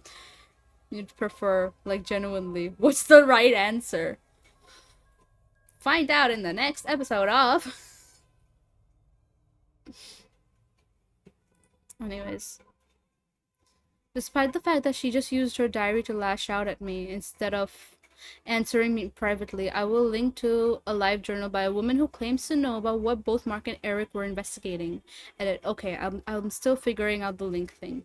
Blog of Laureen Mathers. Hope that works. It's just link after link, bro. How deep does this shit go? Is this gonna be another 6-hour stream, guys? Not 6, 10-hour stream, guys?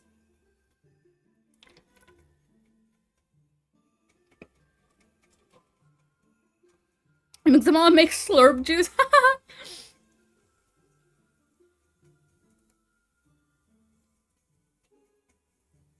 Yay, 10 hours of Ben's voice. You say that like you hate it. If you hate it, you can just say that. Hopefully this is the last in-depth link. August 16th. August 16th. You must hear the truth. 2005. My name is Lorraine Mathers, and I don't know much about the internet, and I don't care to. The reason I am in the so-called internet diner in old downtown, I ain't about to tell you which city, thank you kindly, is because there is no record of what I did in October of 2001. Not anymore. I killed a man. Killed him dead. Thing of it was, he was trying to kill me first. I don't take too kindly to that sort of behavior. At the time, I was in another state from the one with my last known address. A tourist. Never mind, I had all my shit in the back of my station wagon and a revolver in my glove box. To anyone else, I was a visitor from out of town.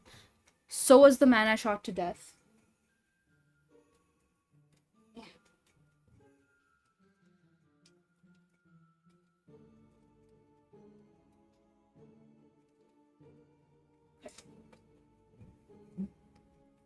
So was the man I shot to death. He wasn't a local either. See, we both were from Boy. There was a trial. There were lawyers and all that shit.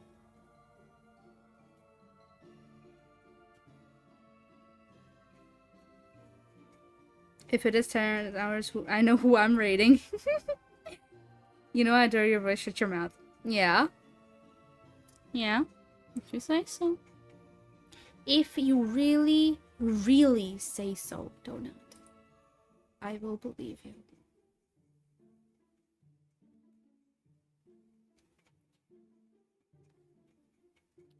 On Twitch, that one Vine of the guy pressing all the drink options in the soda machine, slurping the cup, going, fuck you. Yeah, I know that. I know that Vine. I love it so much. I do say so from the bottom of my heart. Really say so. I know that Vine. It's so funny. Let me see. Hold on. Actually. There we go.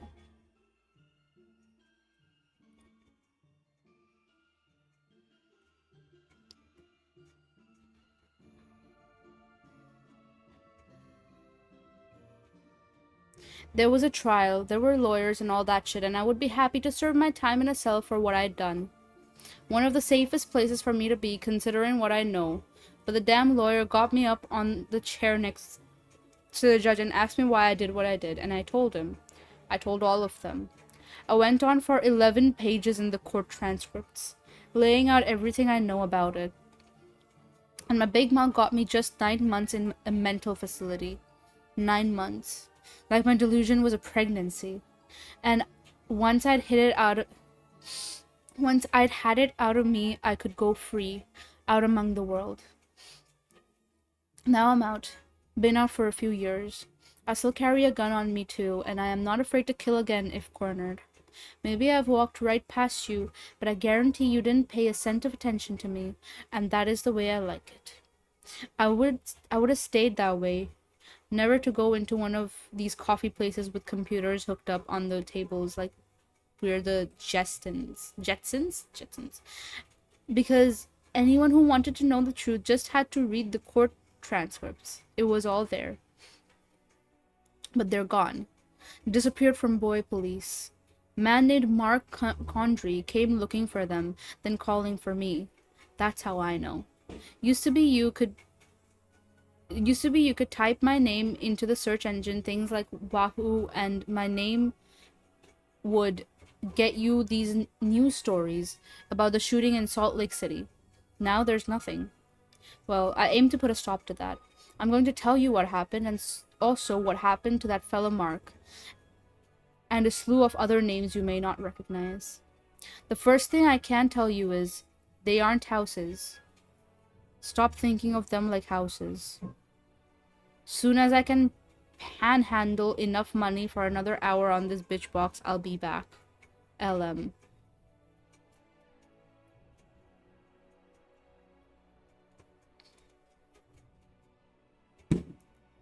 Newtown, same, Loreen.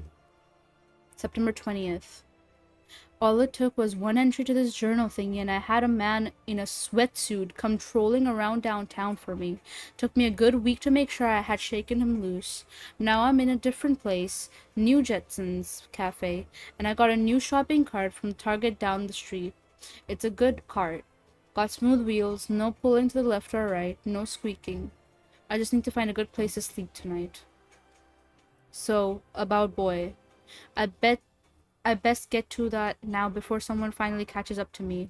Now it's really just a matter of time before I'm dragged through the front door of a house that smells like fresh bread and warm blood. But as I said, they aren't houses. Here is what I know, and what I said to everyone in the courtroom. It started with the little things. This was a week after I moved in, summer before my first semester teaching.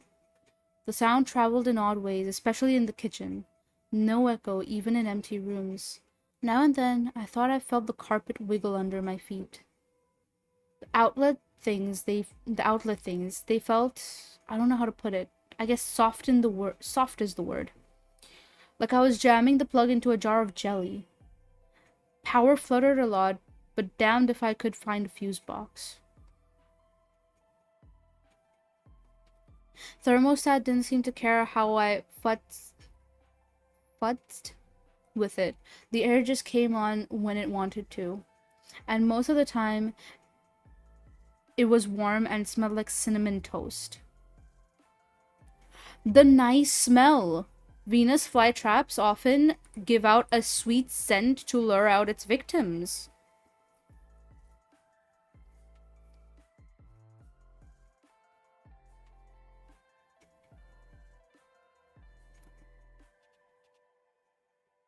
Bro, this is wild. This is fucking wild, dude.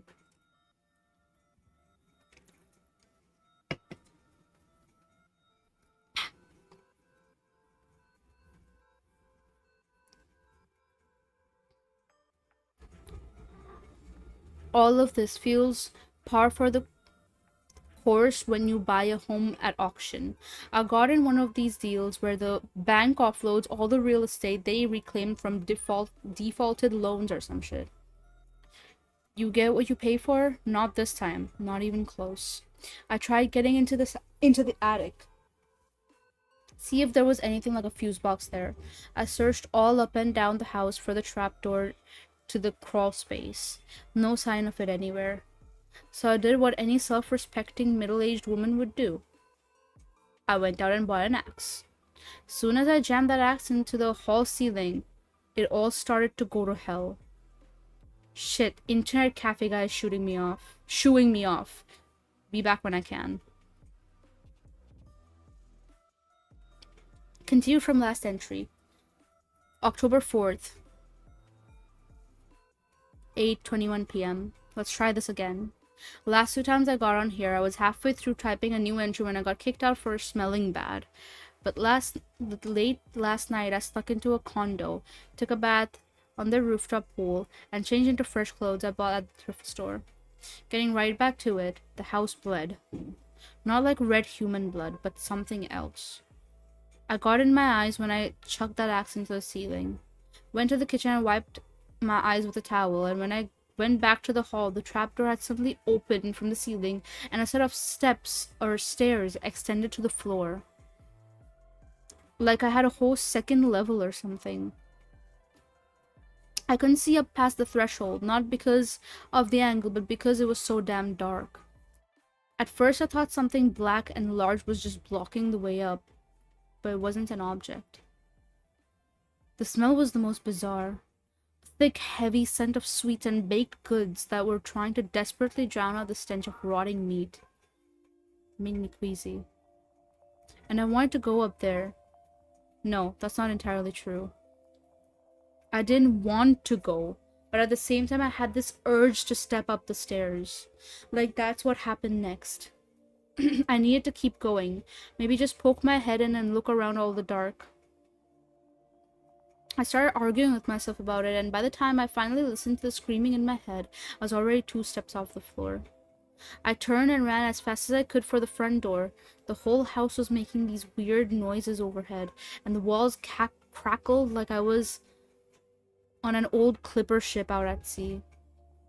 The knob on the door wouldn't turn, and my hands were all sweaty by now. I tried kicking at the goddamn thing, but it was no use. The door would not open. Behind me I heard this loud sound, like a chorus of fat men sucking on their teeth. It came from somewhere in the middle of the house. I wasn't gonna try and get out past the stairs to the sliding door in the back. It was out the front or not at all. I grabbed a chair from the little dining area and bashed it against the picture window that looked out on the front yard. Let me tell you, I swung that thing like the bases were loaded. I am no wimp.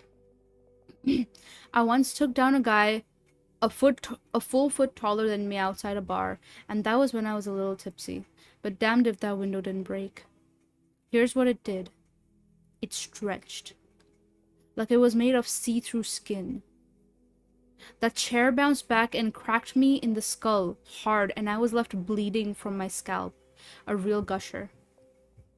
The carpet in the living room started swaying like it was grass in a breeze, and that smell started filling up the front half of the house, making me wonder why I didn't walk up the stairs in the first place, making me think the best bet now was to go up there and see if there was any way out from the attic. And it took some miracle for me to find my way up to the kitchen with a bloody face, hands scrambling for that towel again.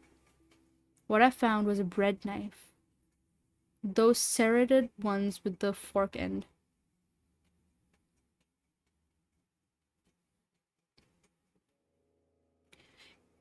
I made like I was going back to the living room, then dove at the window again, screaming like a banshee, and I fell right onto the porch outside. It was like the window just opened up ahead of me.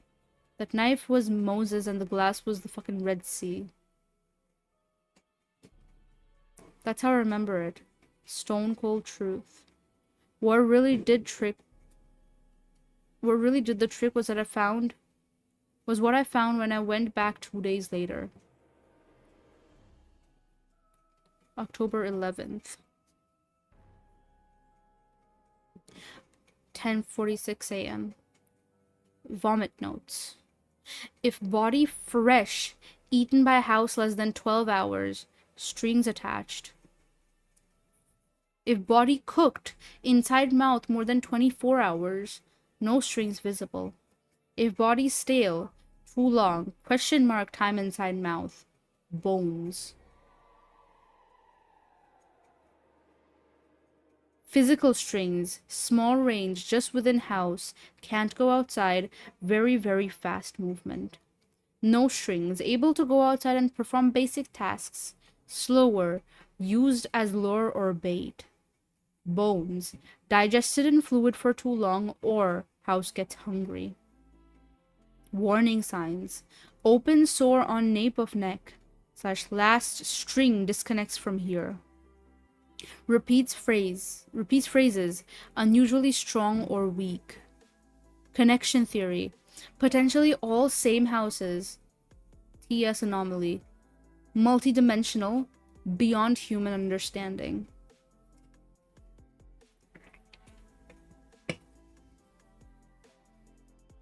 Bro, this shit freaky. Also, don't listen to Twitch. I've been streaming for 3 hours and 20 minutes now.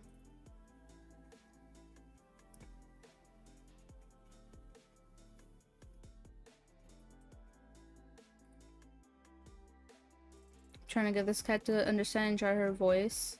There's one hell of an effort. Yeah? It's a monster house, and now I'm curious who their constants, the person possessing the place is. Probably like the movie last night in Soho. It was interesting and the profit reached half the amount of the budget since there wasn't enough marketing. I still feel like it deserved better. Is it a horror movie?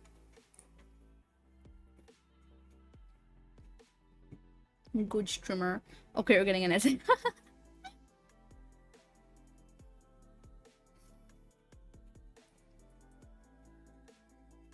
For Connie. Hold on, guys. Okay. Well, I was gonna pick up where I left off last week, but I had to wade through 4 emails from some woman before I could get here. I don't have time to respond to all of them. This bitch box costs me money. Money I could be spending on booze or coffee. My lifeblood. Look, Connie, or whoever you are, I don't give a shit if you believe me or not. It's not my mission to validate my existence for you and your little project. Yes, I did talk with Mark Condry. I'm getting to that. As for proof or whatever you're looking for from me, did you not read the bottom entry here? The proof is gone. I can't even prove I was a resident in Idaho anymore. Either you believe me or you don't. Put up a link if you want to. Get the word out. Let people decide for themselves. No way in hell am I going to meet you somewhere. I didn't survive this long by being stupid. If you want, I can describe Mark for you. I can do that much. I'll send that your way. As for my last entry with the formulas, I just wanted to get that written down before I forgot. I'll talk about them more later. Some of it is speculation. Some of it I've seen with my own eyes. I'm not playing tic-tac-toe, so none of this exo shit. I'm back. January 17th, 2006. 11:46 p.m. This happened. This is a while after that. Play with friends, but I'll keep you on the back. Shout if you need me. Okay, I'll shout if I need you. 3 months and 5 states later, I got news, kiddies, so sit down and hear me out. First off, about what I was saying earlier, before that woman contacted me and I suddenly got popular, I mean, about my house. You know, that was my house.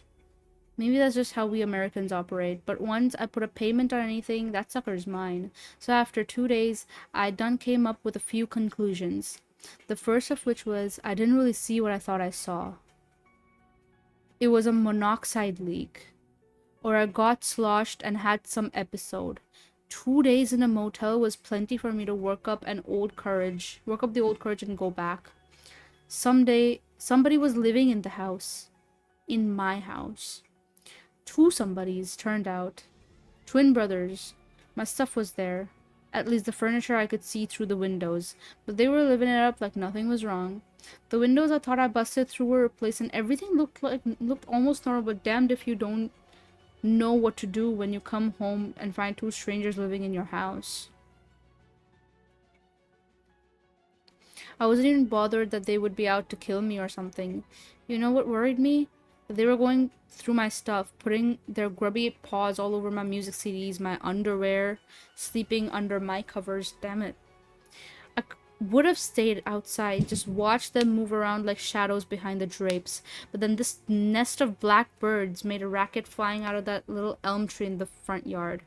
And I see those twins at the window staring at me. And the front door opened like someone was there inviting me inside. But no one was there. And something in the Lorraine brain said, no monoxide leak, no drunken nightmare, move your ass.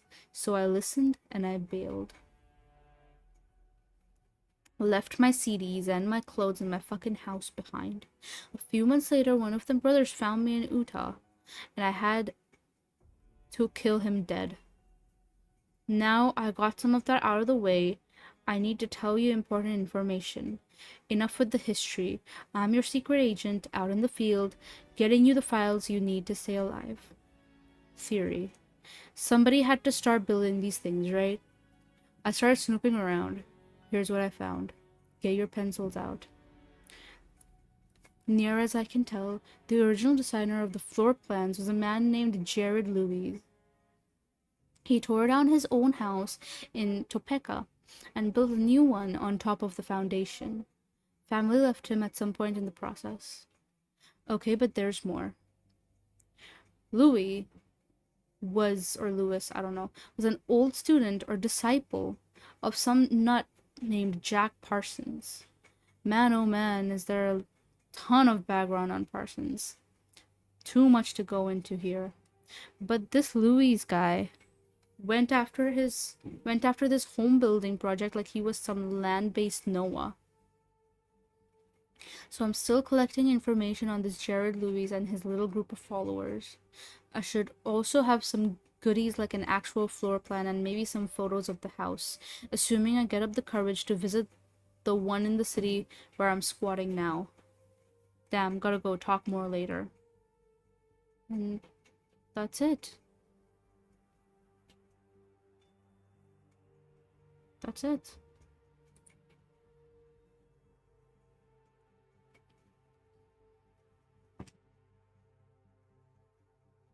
House is yours in America? Hell nah. So real, dude. Like, this is actually impossible. Yes, it's horror and also a bit of mystery. Ooh, nice, nice.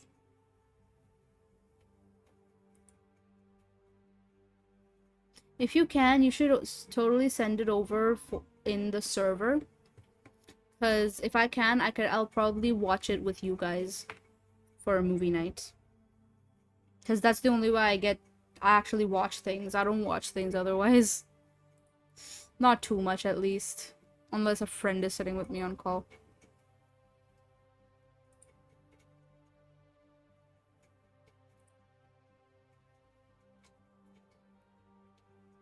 I need to wear my glasses. This tiny text is killing my eyes. Conjuring movie? I am not watching Conjuring, bro.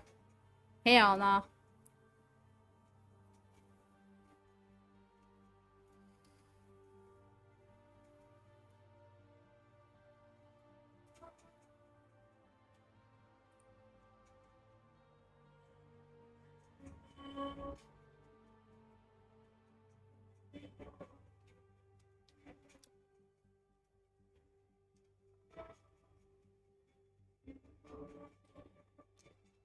I'm trying so hard to make this work.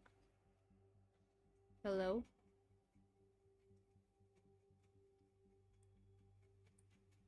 Okay. This should be okay. Hopefully. Turn this up a little more. Be within specific stuff like Netflix, or is it pirating allowed? I don't care if it's on Netflix. Anything is fine, bro. I don't give a fuck. Pirate away, I don't care. I don't give a fuck. As long as we get to watch it. If it's on Netflix, I can boot that up for you guys. But if it's not, feel free to go to whatever lengths you need, buddy boy. I promise it's fine. We don't care.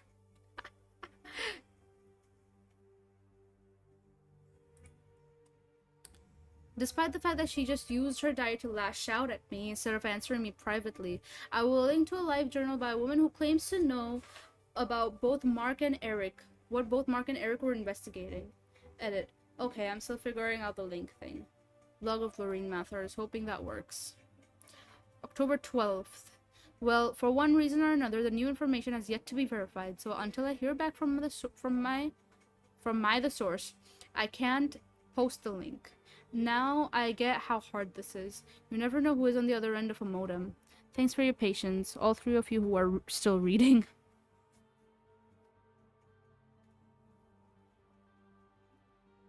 So pirate base? Yeah, basically. This is Connie. It has been nearly 1 year since Eric drove off and never came back. I don't know how to do HTML. I don't know if this is how Eric did things. I'll be good just to copy this page back onto the website. What has happened in a year? A lot. Not enough. I don't have any answers, just a million questions. Let's see. I met Jennifer and Rachel, who is Cam's girlfriend, and the three of us still keep in touch. Legally, Eric and Mark and Cam are considered missing. That makes some things very hard on us. What else? I have a mountain of files, emails, letters, digital photos that may or may not have anything to do with their disappearance. Every time I tried to start in, I got overwhelmed. So last week, I hired someone to go through all of it for me and see if anything made sense. The reason I'm finally learning this thing is that he found one or two pieces to this puzzle, and I feel a responsibility to continue what my husband began. This is a test spot. Later this week, after I hear back from Jenny, I will post more information. That was her husband. Oh man. Man, that makes me feel so much, like, so bad for her. Hi, Cosmic. Welcome. Welcome, welcome. Hi. Owie.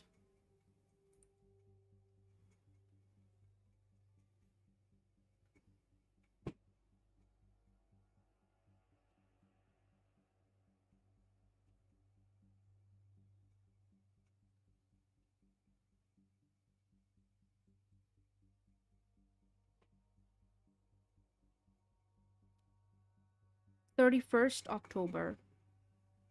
Hooray for automated FTP uploading. Okay. I'm sure. Don't worry about me, Connie. Yeah, this is same thing.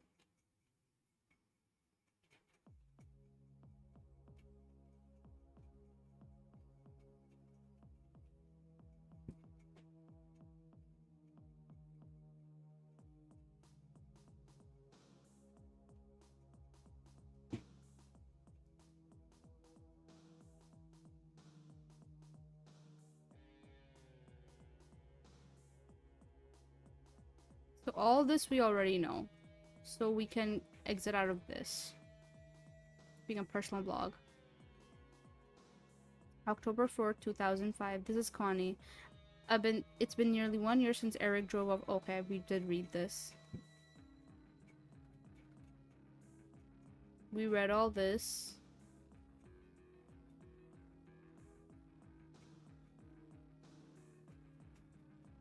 Read to Eric.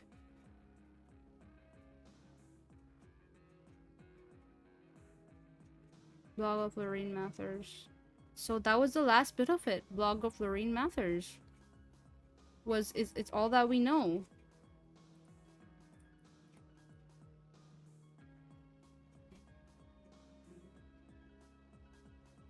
So that's it?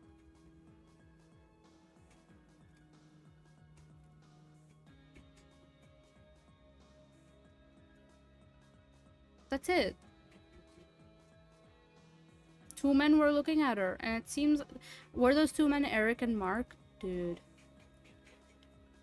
Fucking insane. And that's it? That's the whole thing? There is no way, dude. There is no way that's how this ends. Bro.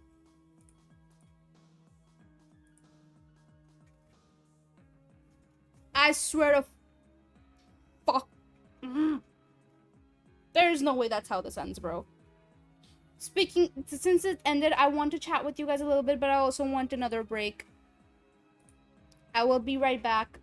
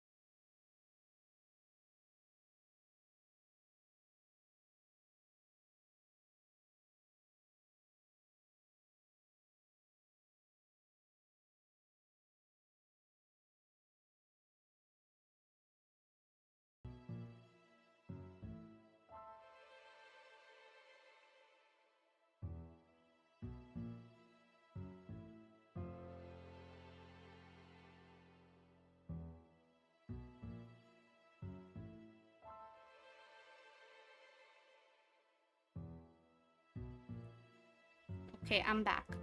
Um, sorry for disappearing. Just really need to take a break. Yeah, there is no way that's just how it fucking ends, dude. Where the fuck is Winter? Like, no, I don't like this.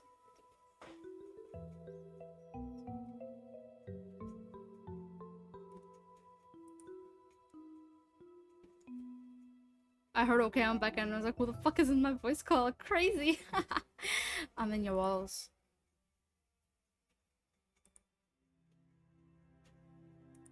I'm in your walls. I know where you are, Donut.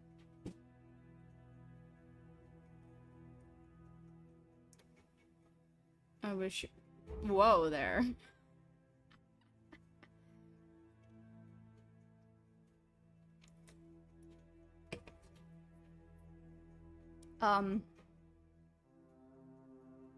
But yeah, there is no way that's how that shit fucking ends, dude.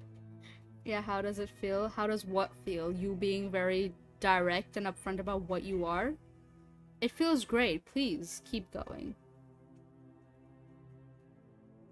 I love knowing that my fans are just as obsessed with me as I am with them.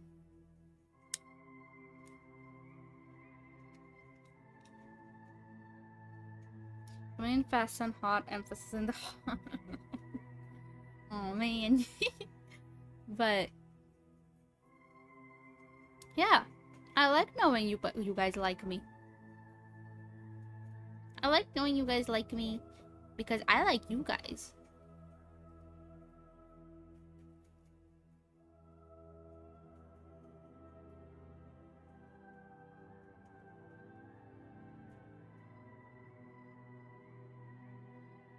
There is, speaking of, by the way, there is a new dating sim that came out recently. And a VTuber that some of you may know is voicing in it. I don't know how many of you know Rikami, but Rikami is voicing in it. And it's like a VTuber based thing. It's like you're in a space in a fan server of a VTuber, and it's basically the whole premise is creating a parasocial relationship with said VTuber, and people can have various opinions on it personally, right? Lots of people will have lots of opinions on it. Some people will be like, oh, you're like encouraging this behavior. Some people will be like, haha, funny. Same shit that happened with Andy and Lele. I personally think it's gonna be great. It's fucking hilarious, and I'm gonna play it on stream. I'm so excited. Oh, so yeah, sounds outside are getting loud.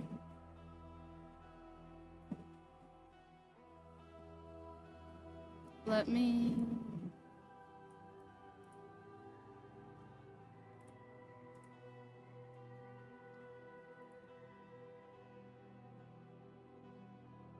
So I'm not just calling you a fan, I'm saying, like, I'm referring to people in my community in general. Community members. There we go. That's a better word. It didn't come to mind initially. Community members. Hell yeah, time to be... Hell yeah, time to be parasocial.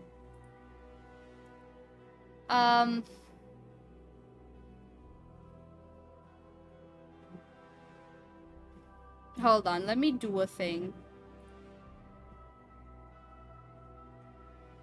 Dude, I love being parasocial.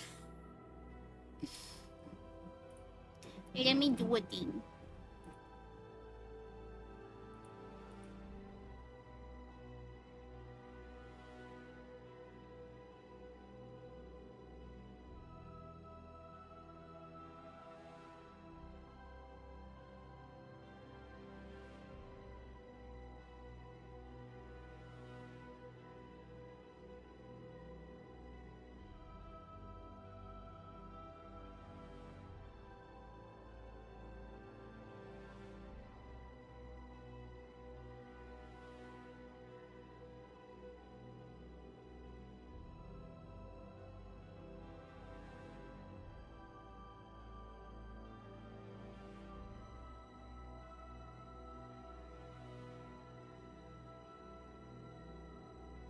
You had, sorry, I was muted. You had, I said you had enough time with your favorite version. I said it's time to come back to this.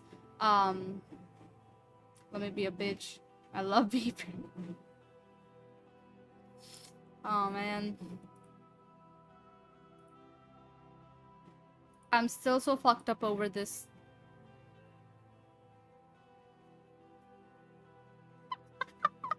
This message is destroying. I'm allowing this. I don't care. This message is fucking destroying me, bro. Oh man. Wow, I want to make my streamer. I'm the only one for them. Dude, crying. Oh man.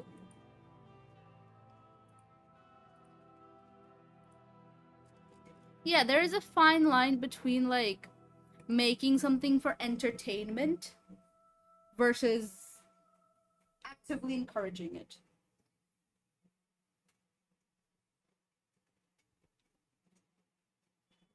But most people, especially most streamers, are aware of the fact that parasocial things are not heavily discouraged. And I'm sure there is some sort of disclaimer within the game itself. I'm sure there is. So I don't think there's much to worry about. And it's really weird because I haven't seen any drama surrounding this game. There's very little drama surrounding this game. At least as far as I've seen, no drama surrounding, and oh yeah, and the main guy's hot. He's got blue hair. He's got blue hair and a nice smile. But I'm excited. I'm excited for the game.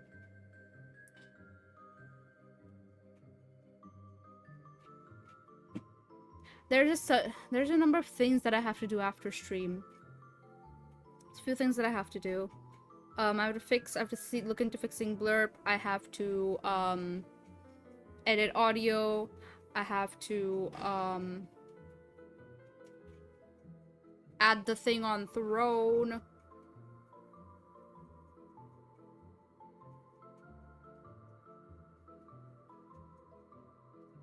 What the hell, Rooney?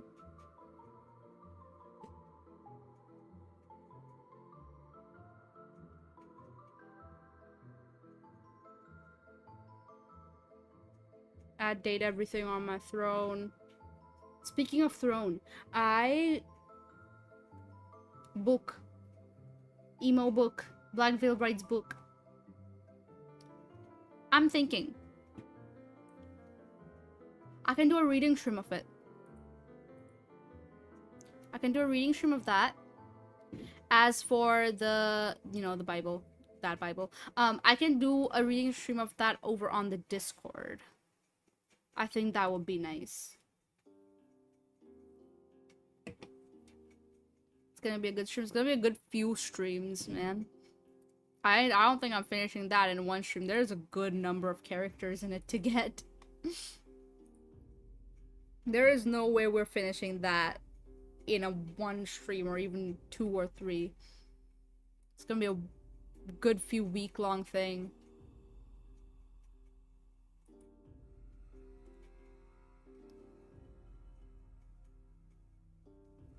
Also, guys, for those of you who don't know, if you're lurking, either mute the tab itself or sexy talk with my stapler. Let's go. Oh man, yeah. If you keep the stream, don't keep the stream muted. Keep the stream at 1 or 2% volume, or mute the tab itself. And try to refresh semi-frequently, because then otherwise, Pit, I'm so sorry. It's okay, it's okay. I like to, remind people of this either way. It's not your fault, don't worry, honey. But yeah, it's, I like to remind people of this semi-frequently as well, in case. But yeah, try to do that, because it does add to my, viewer count.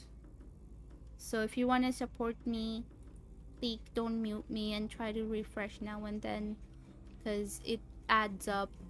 Otherwise, Twitch considers you a bot otherwise, for some fucking reason.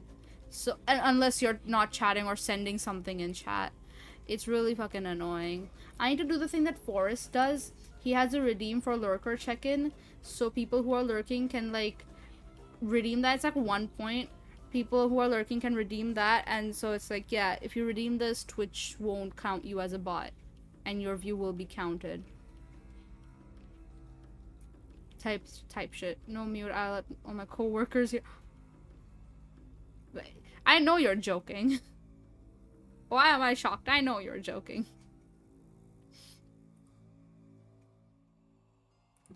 Saying you're being like flabbergasted.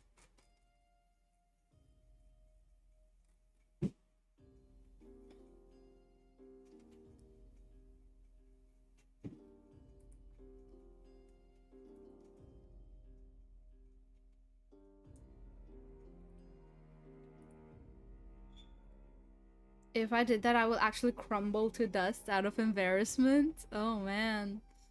Raven, you've never redeemed a love me, have you?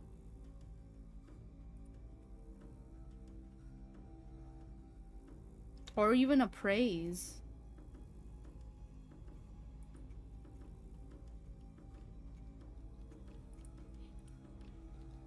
I wanted to do one of those today. Well, why didn't you? Okay, this music is fucking me up. Boy, shut up. Like, where is my music?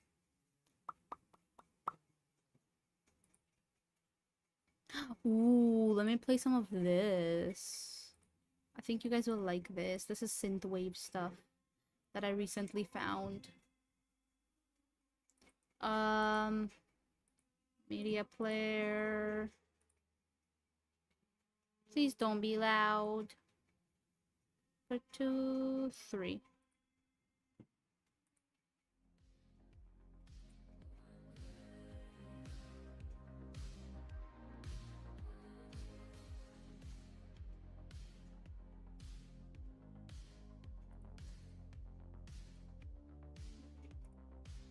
I'm doing this thing for reminding me. I don't need that.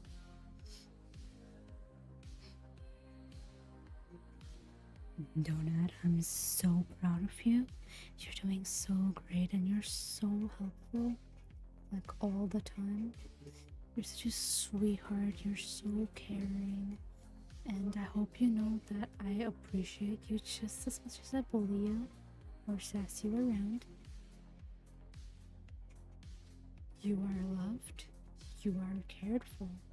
You are appreciated. Okay? You're amazing. And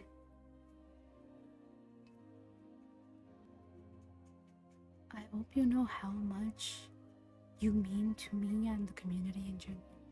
You genuinely make it a better place.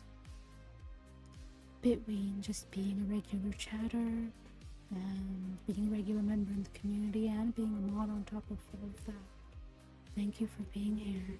And thank you for being so supportive. It means so much more to me than I can ever tell you. So I'm proud of you, okay?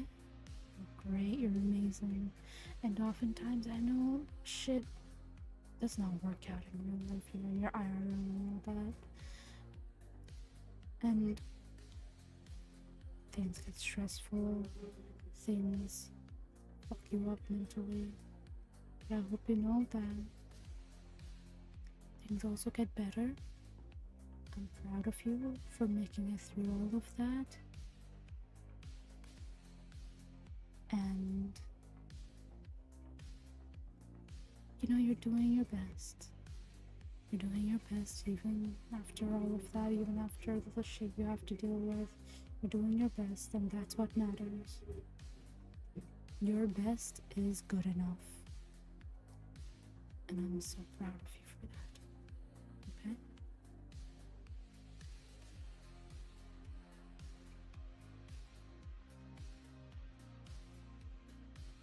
Okay? There we go.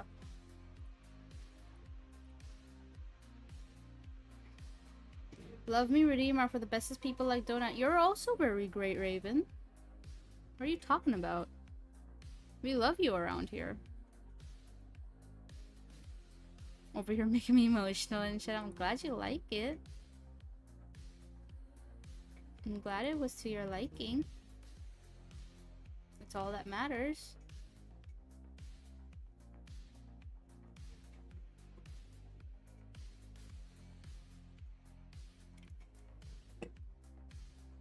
Hi, Forrest. Why am I red? Maybe if you attended my streams, you'd know. I'm joking. I'm red because so the whole green and black shit came into existence at all is because I had my hair dyed green. That was like my whole branding. However, for Halloween, for like October, for Spoopy month, I dyed my hair red. There was some red dye lying around at home and I was like, So I dyed my hair red. And then I was like, you know what I could do? Turn my fucking model red. And then it's like, it's a temporary thing. It's just for the Halloween thing, just for Spoopy month. It's gonna go back to, like, at least, if not just for Halloween, at least till the time my hair stays red, IRL. Once that fades off and I go back to green, I'll, like, turn this back. But this is a very temporary thing. It's not gonna last. Here, let me show you the full model, actually. Not too different, but obviously there's a few things have been moved here and there.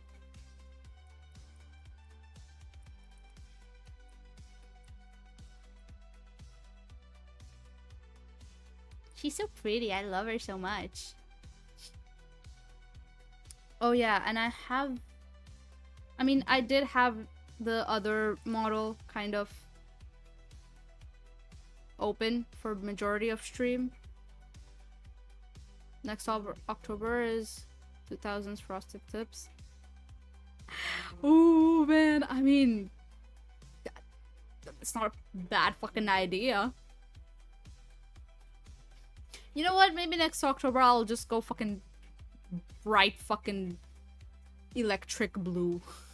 Just go completely lead into the whole scene girl aesthetic. Blue fucking hair.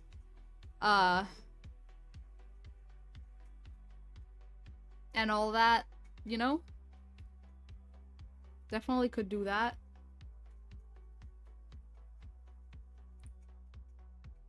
Also, Donut. We need a shout out. You are needed. Forrest is here. Thank you.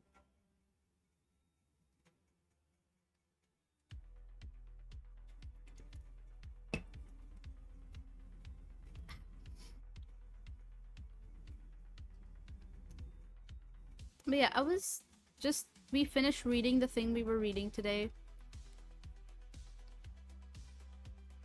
It was Dionaea House. And it's basically about a Venus flytrap looking at house. Basically functions as a Venus flytrap for humans. That was the whole point of the story. And it ended on a really weird note. It's a good story. But it ended on a really weird note, and I don't know how to feel. It didn't satisfy anything in me. I don't know.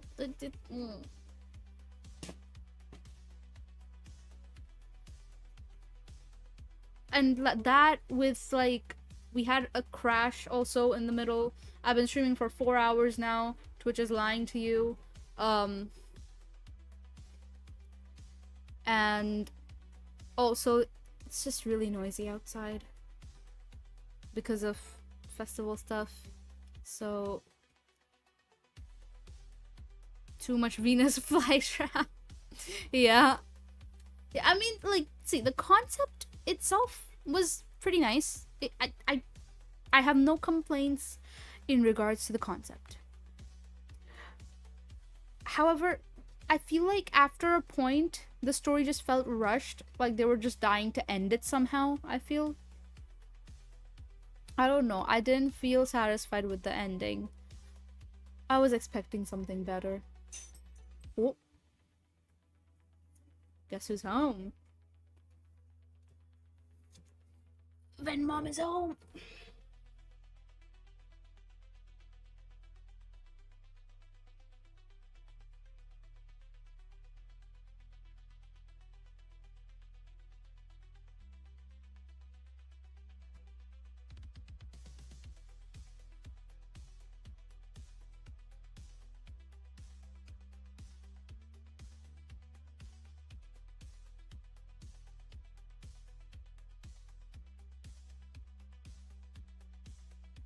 Okay, I'm back. Um, yeah, when mom is home. But, yeah. It was great except for the ending. I didn't like the ending. It didn't itch the correct spot, let's say. That's the only way I can put it.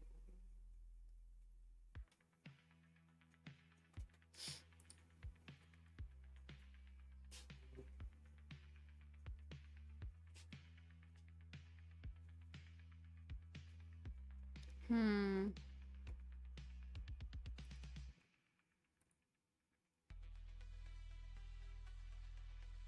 Let me see something.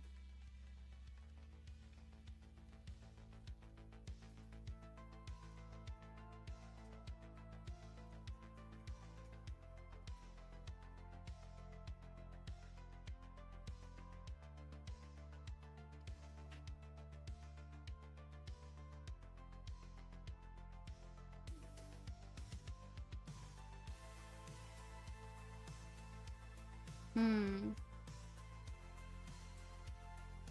Let us... I'm looking for people to raid. If people can... If chat can stay for the raid, that would be really great. Support other people.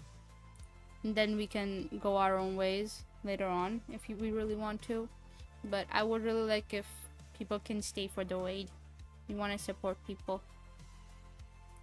And help with their numbers if somehow. Let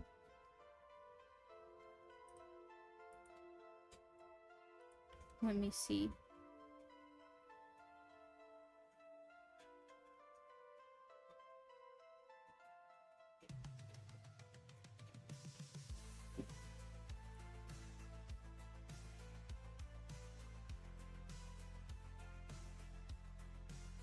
These people have raided before.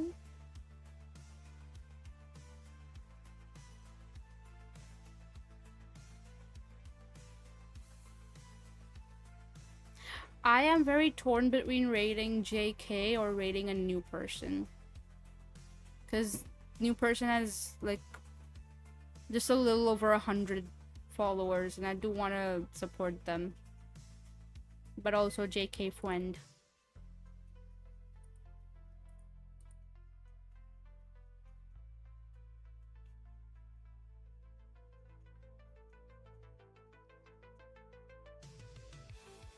Let me raid new person. I want to support new person.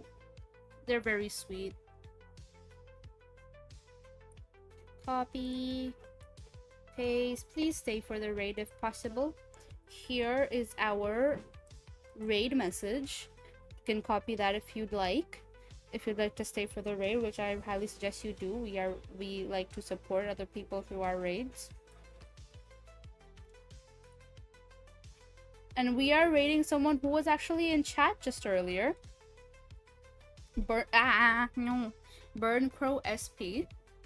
And they are currently playing Castlevania. So let us go raid them and show them some love and support. Okay? You support? Hell yeah. So we're gonna show them some love and support. And it would be great if people can stay for the raid, by the way. I'm also gonna create a raid over on YouTube. And let me just create the raid first, actually. But either way, Thank you everyone for dropping boy. Tomorrow we have our abiotic stream as usual, as per usual, same time. Drop by if you'd like. It's just like a bunch of us, me, Forest Dweller, JK, Akushi, our beloved Grandpa Car Battery, just doing some shenaniganery. It's very fun. I promise you it's very fun to watch. Thanks for chill stream. Thank you for dropping by. That's what matters to me. But anyways, please stay for the raid if possible. And I love you guys very much, okay? Take care. And I will see you another time. I can't rate anyone on YouTube. I'll try anyways. But anyways, bye-bye. See you guys tomorrow.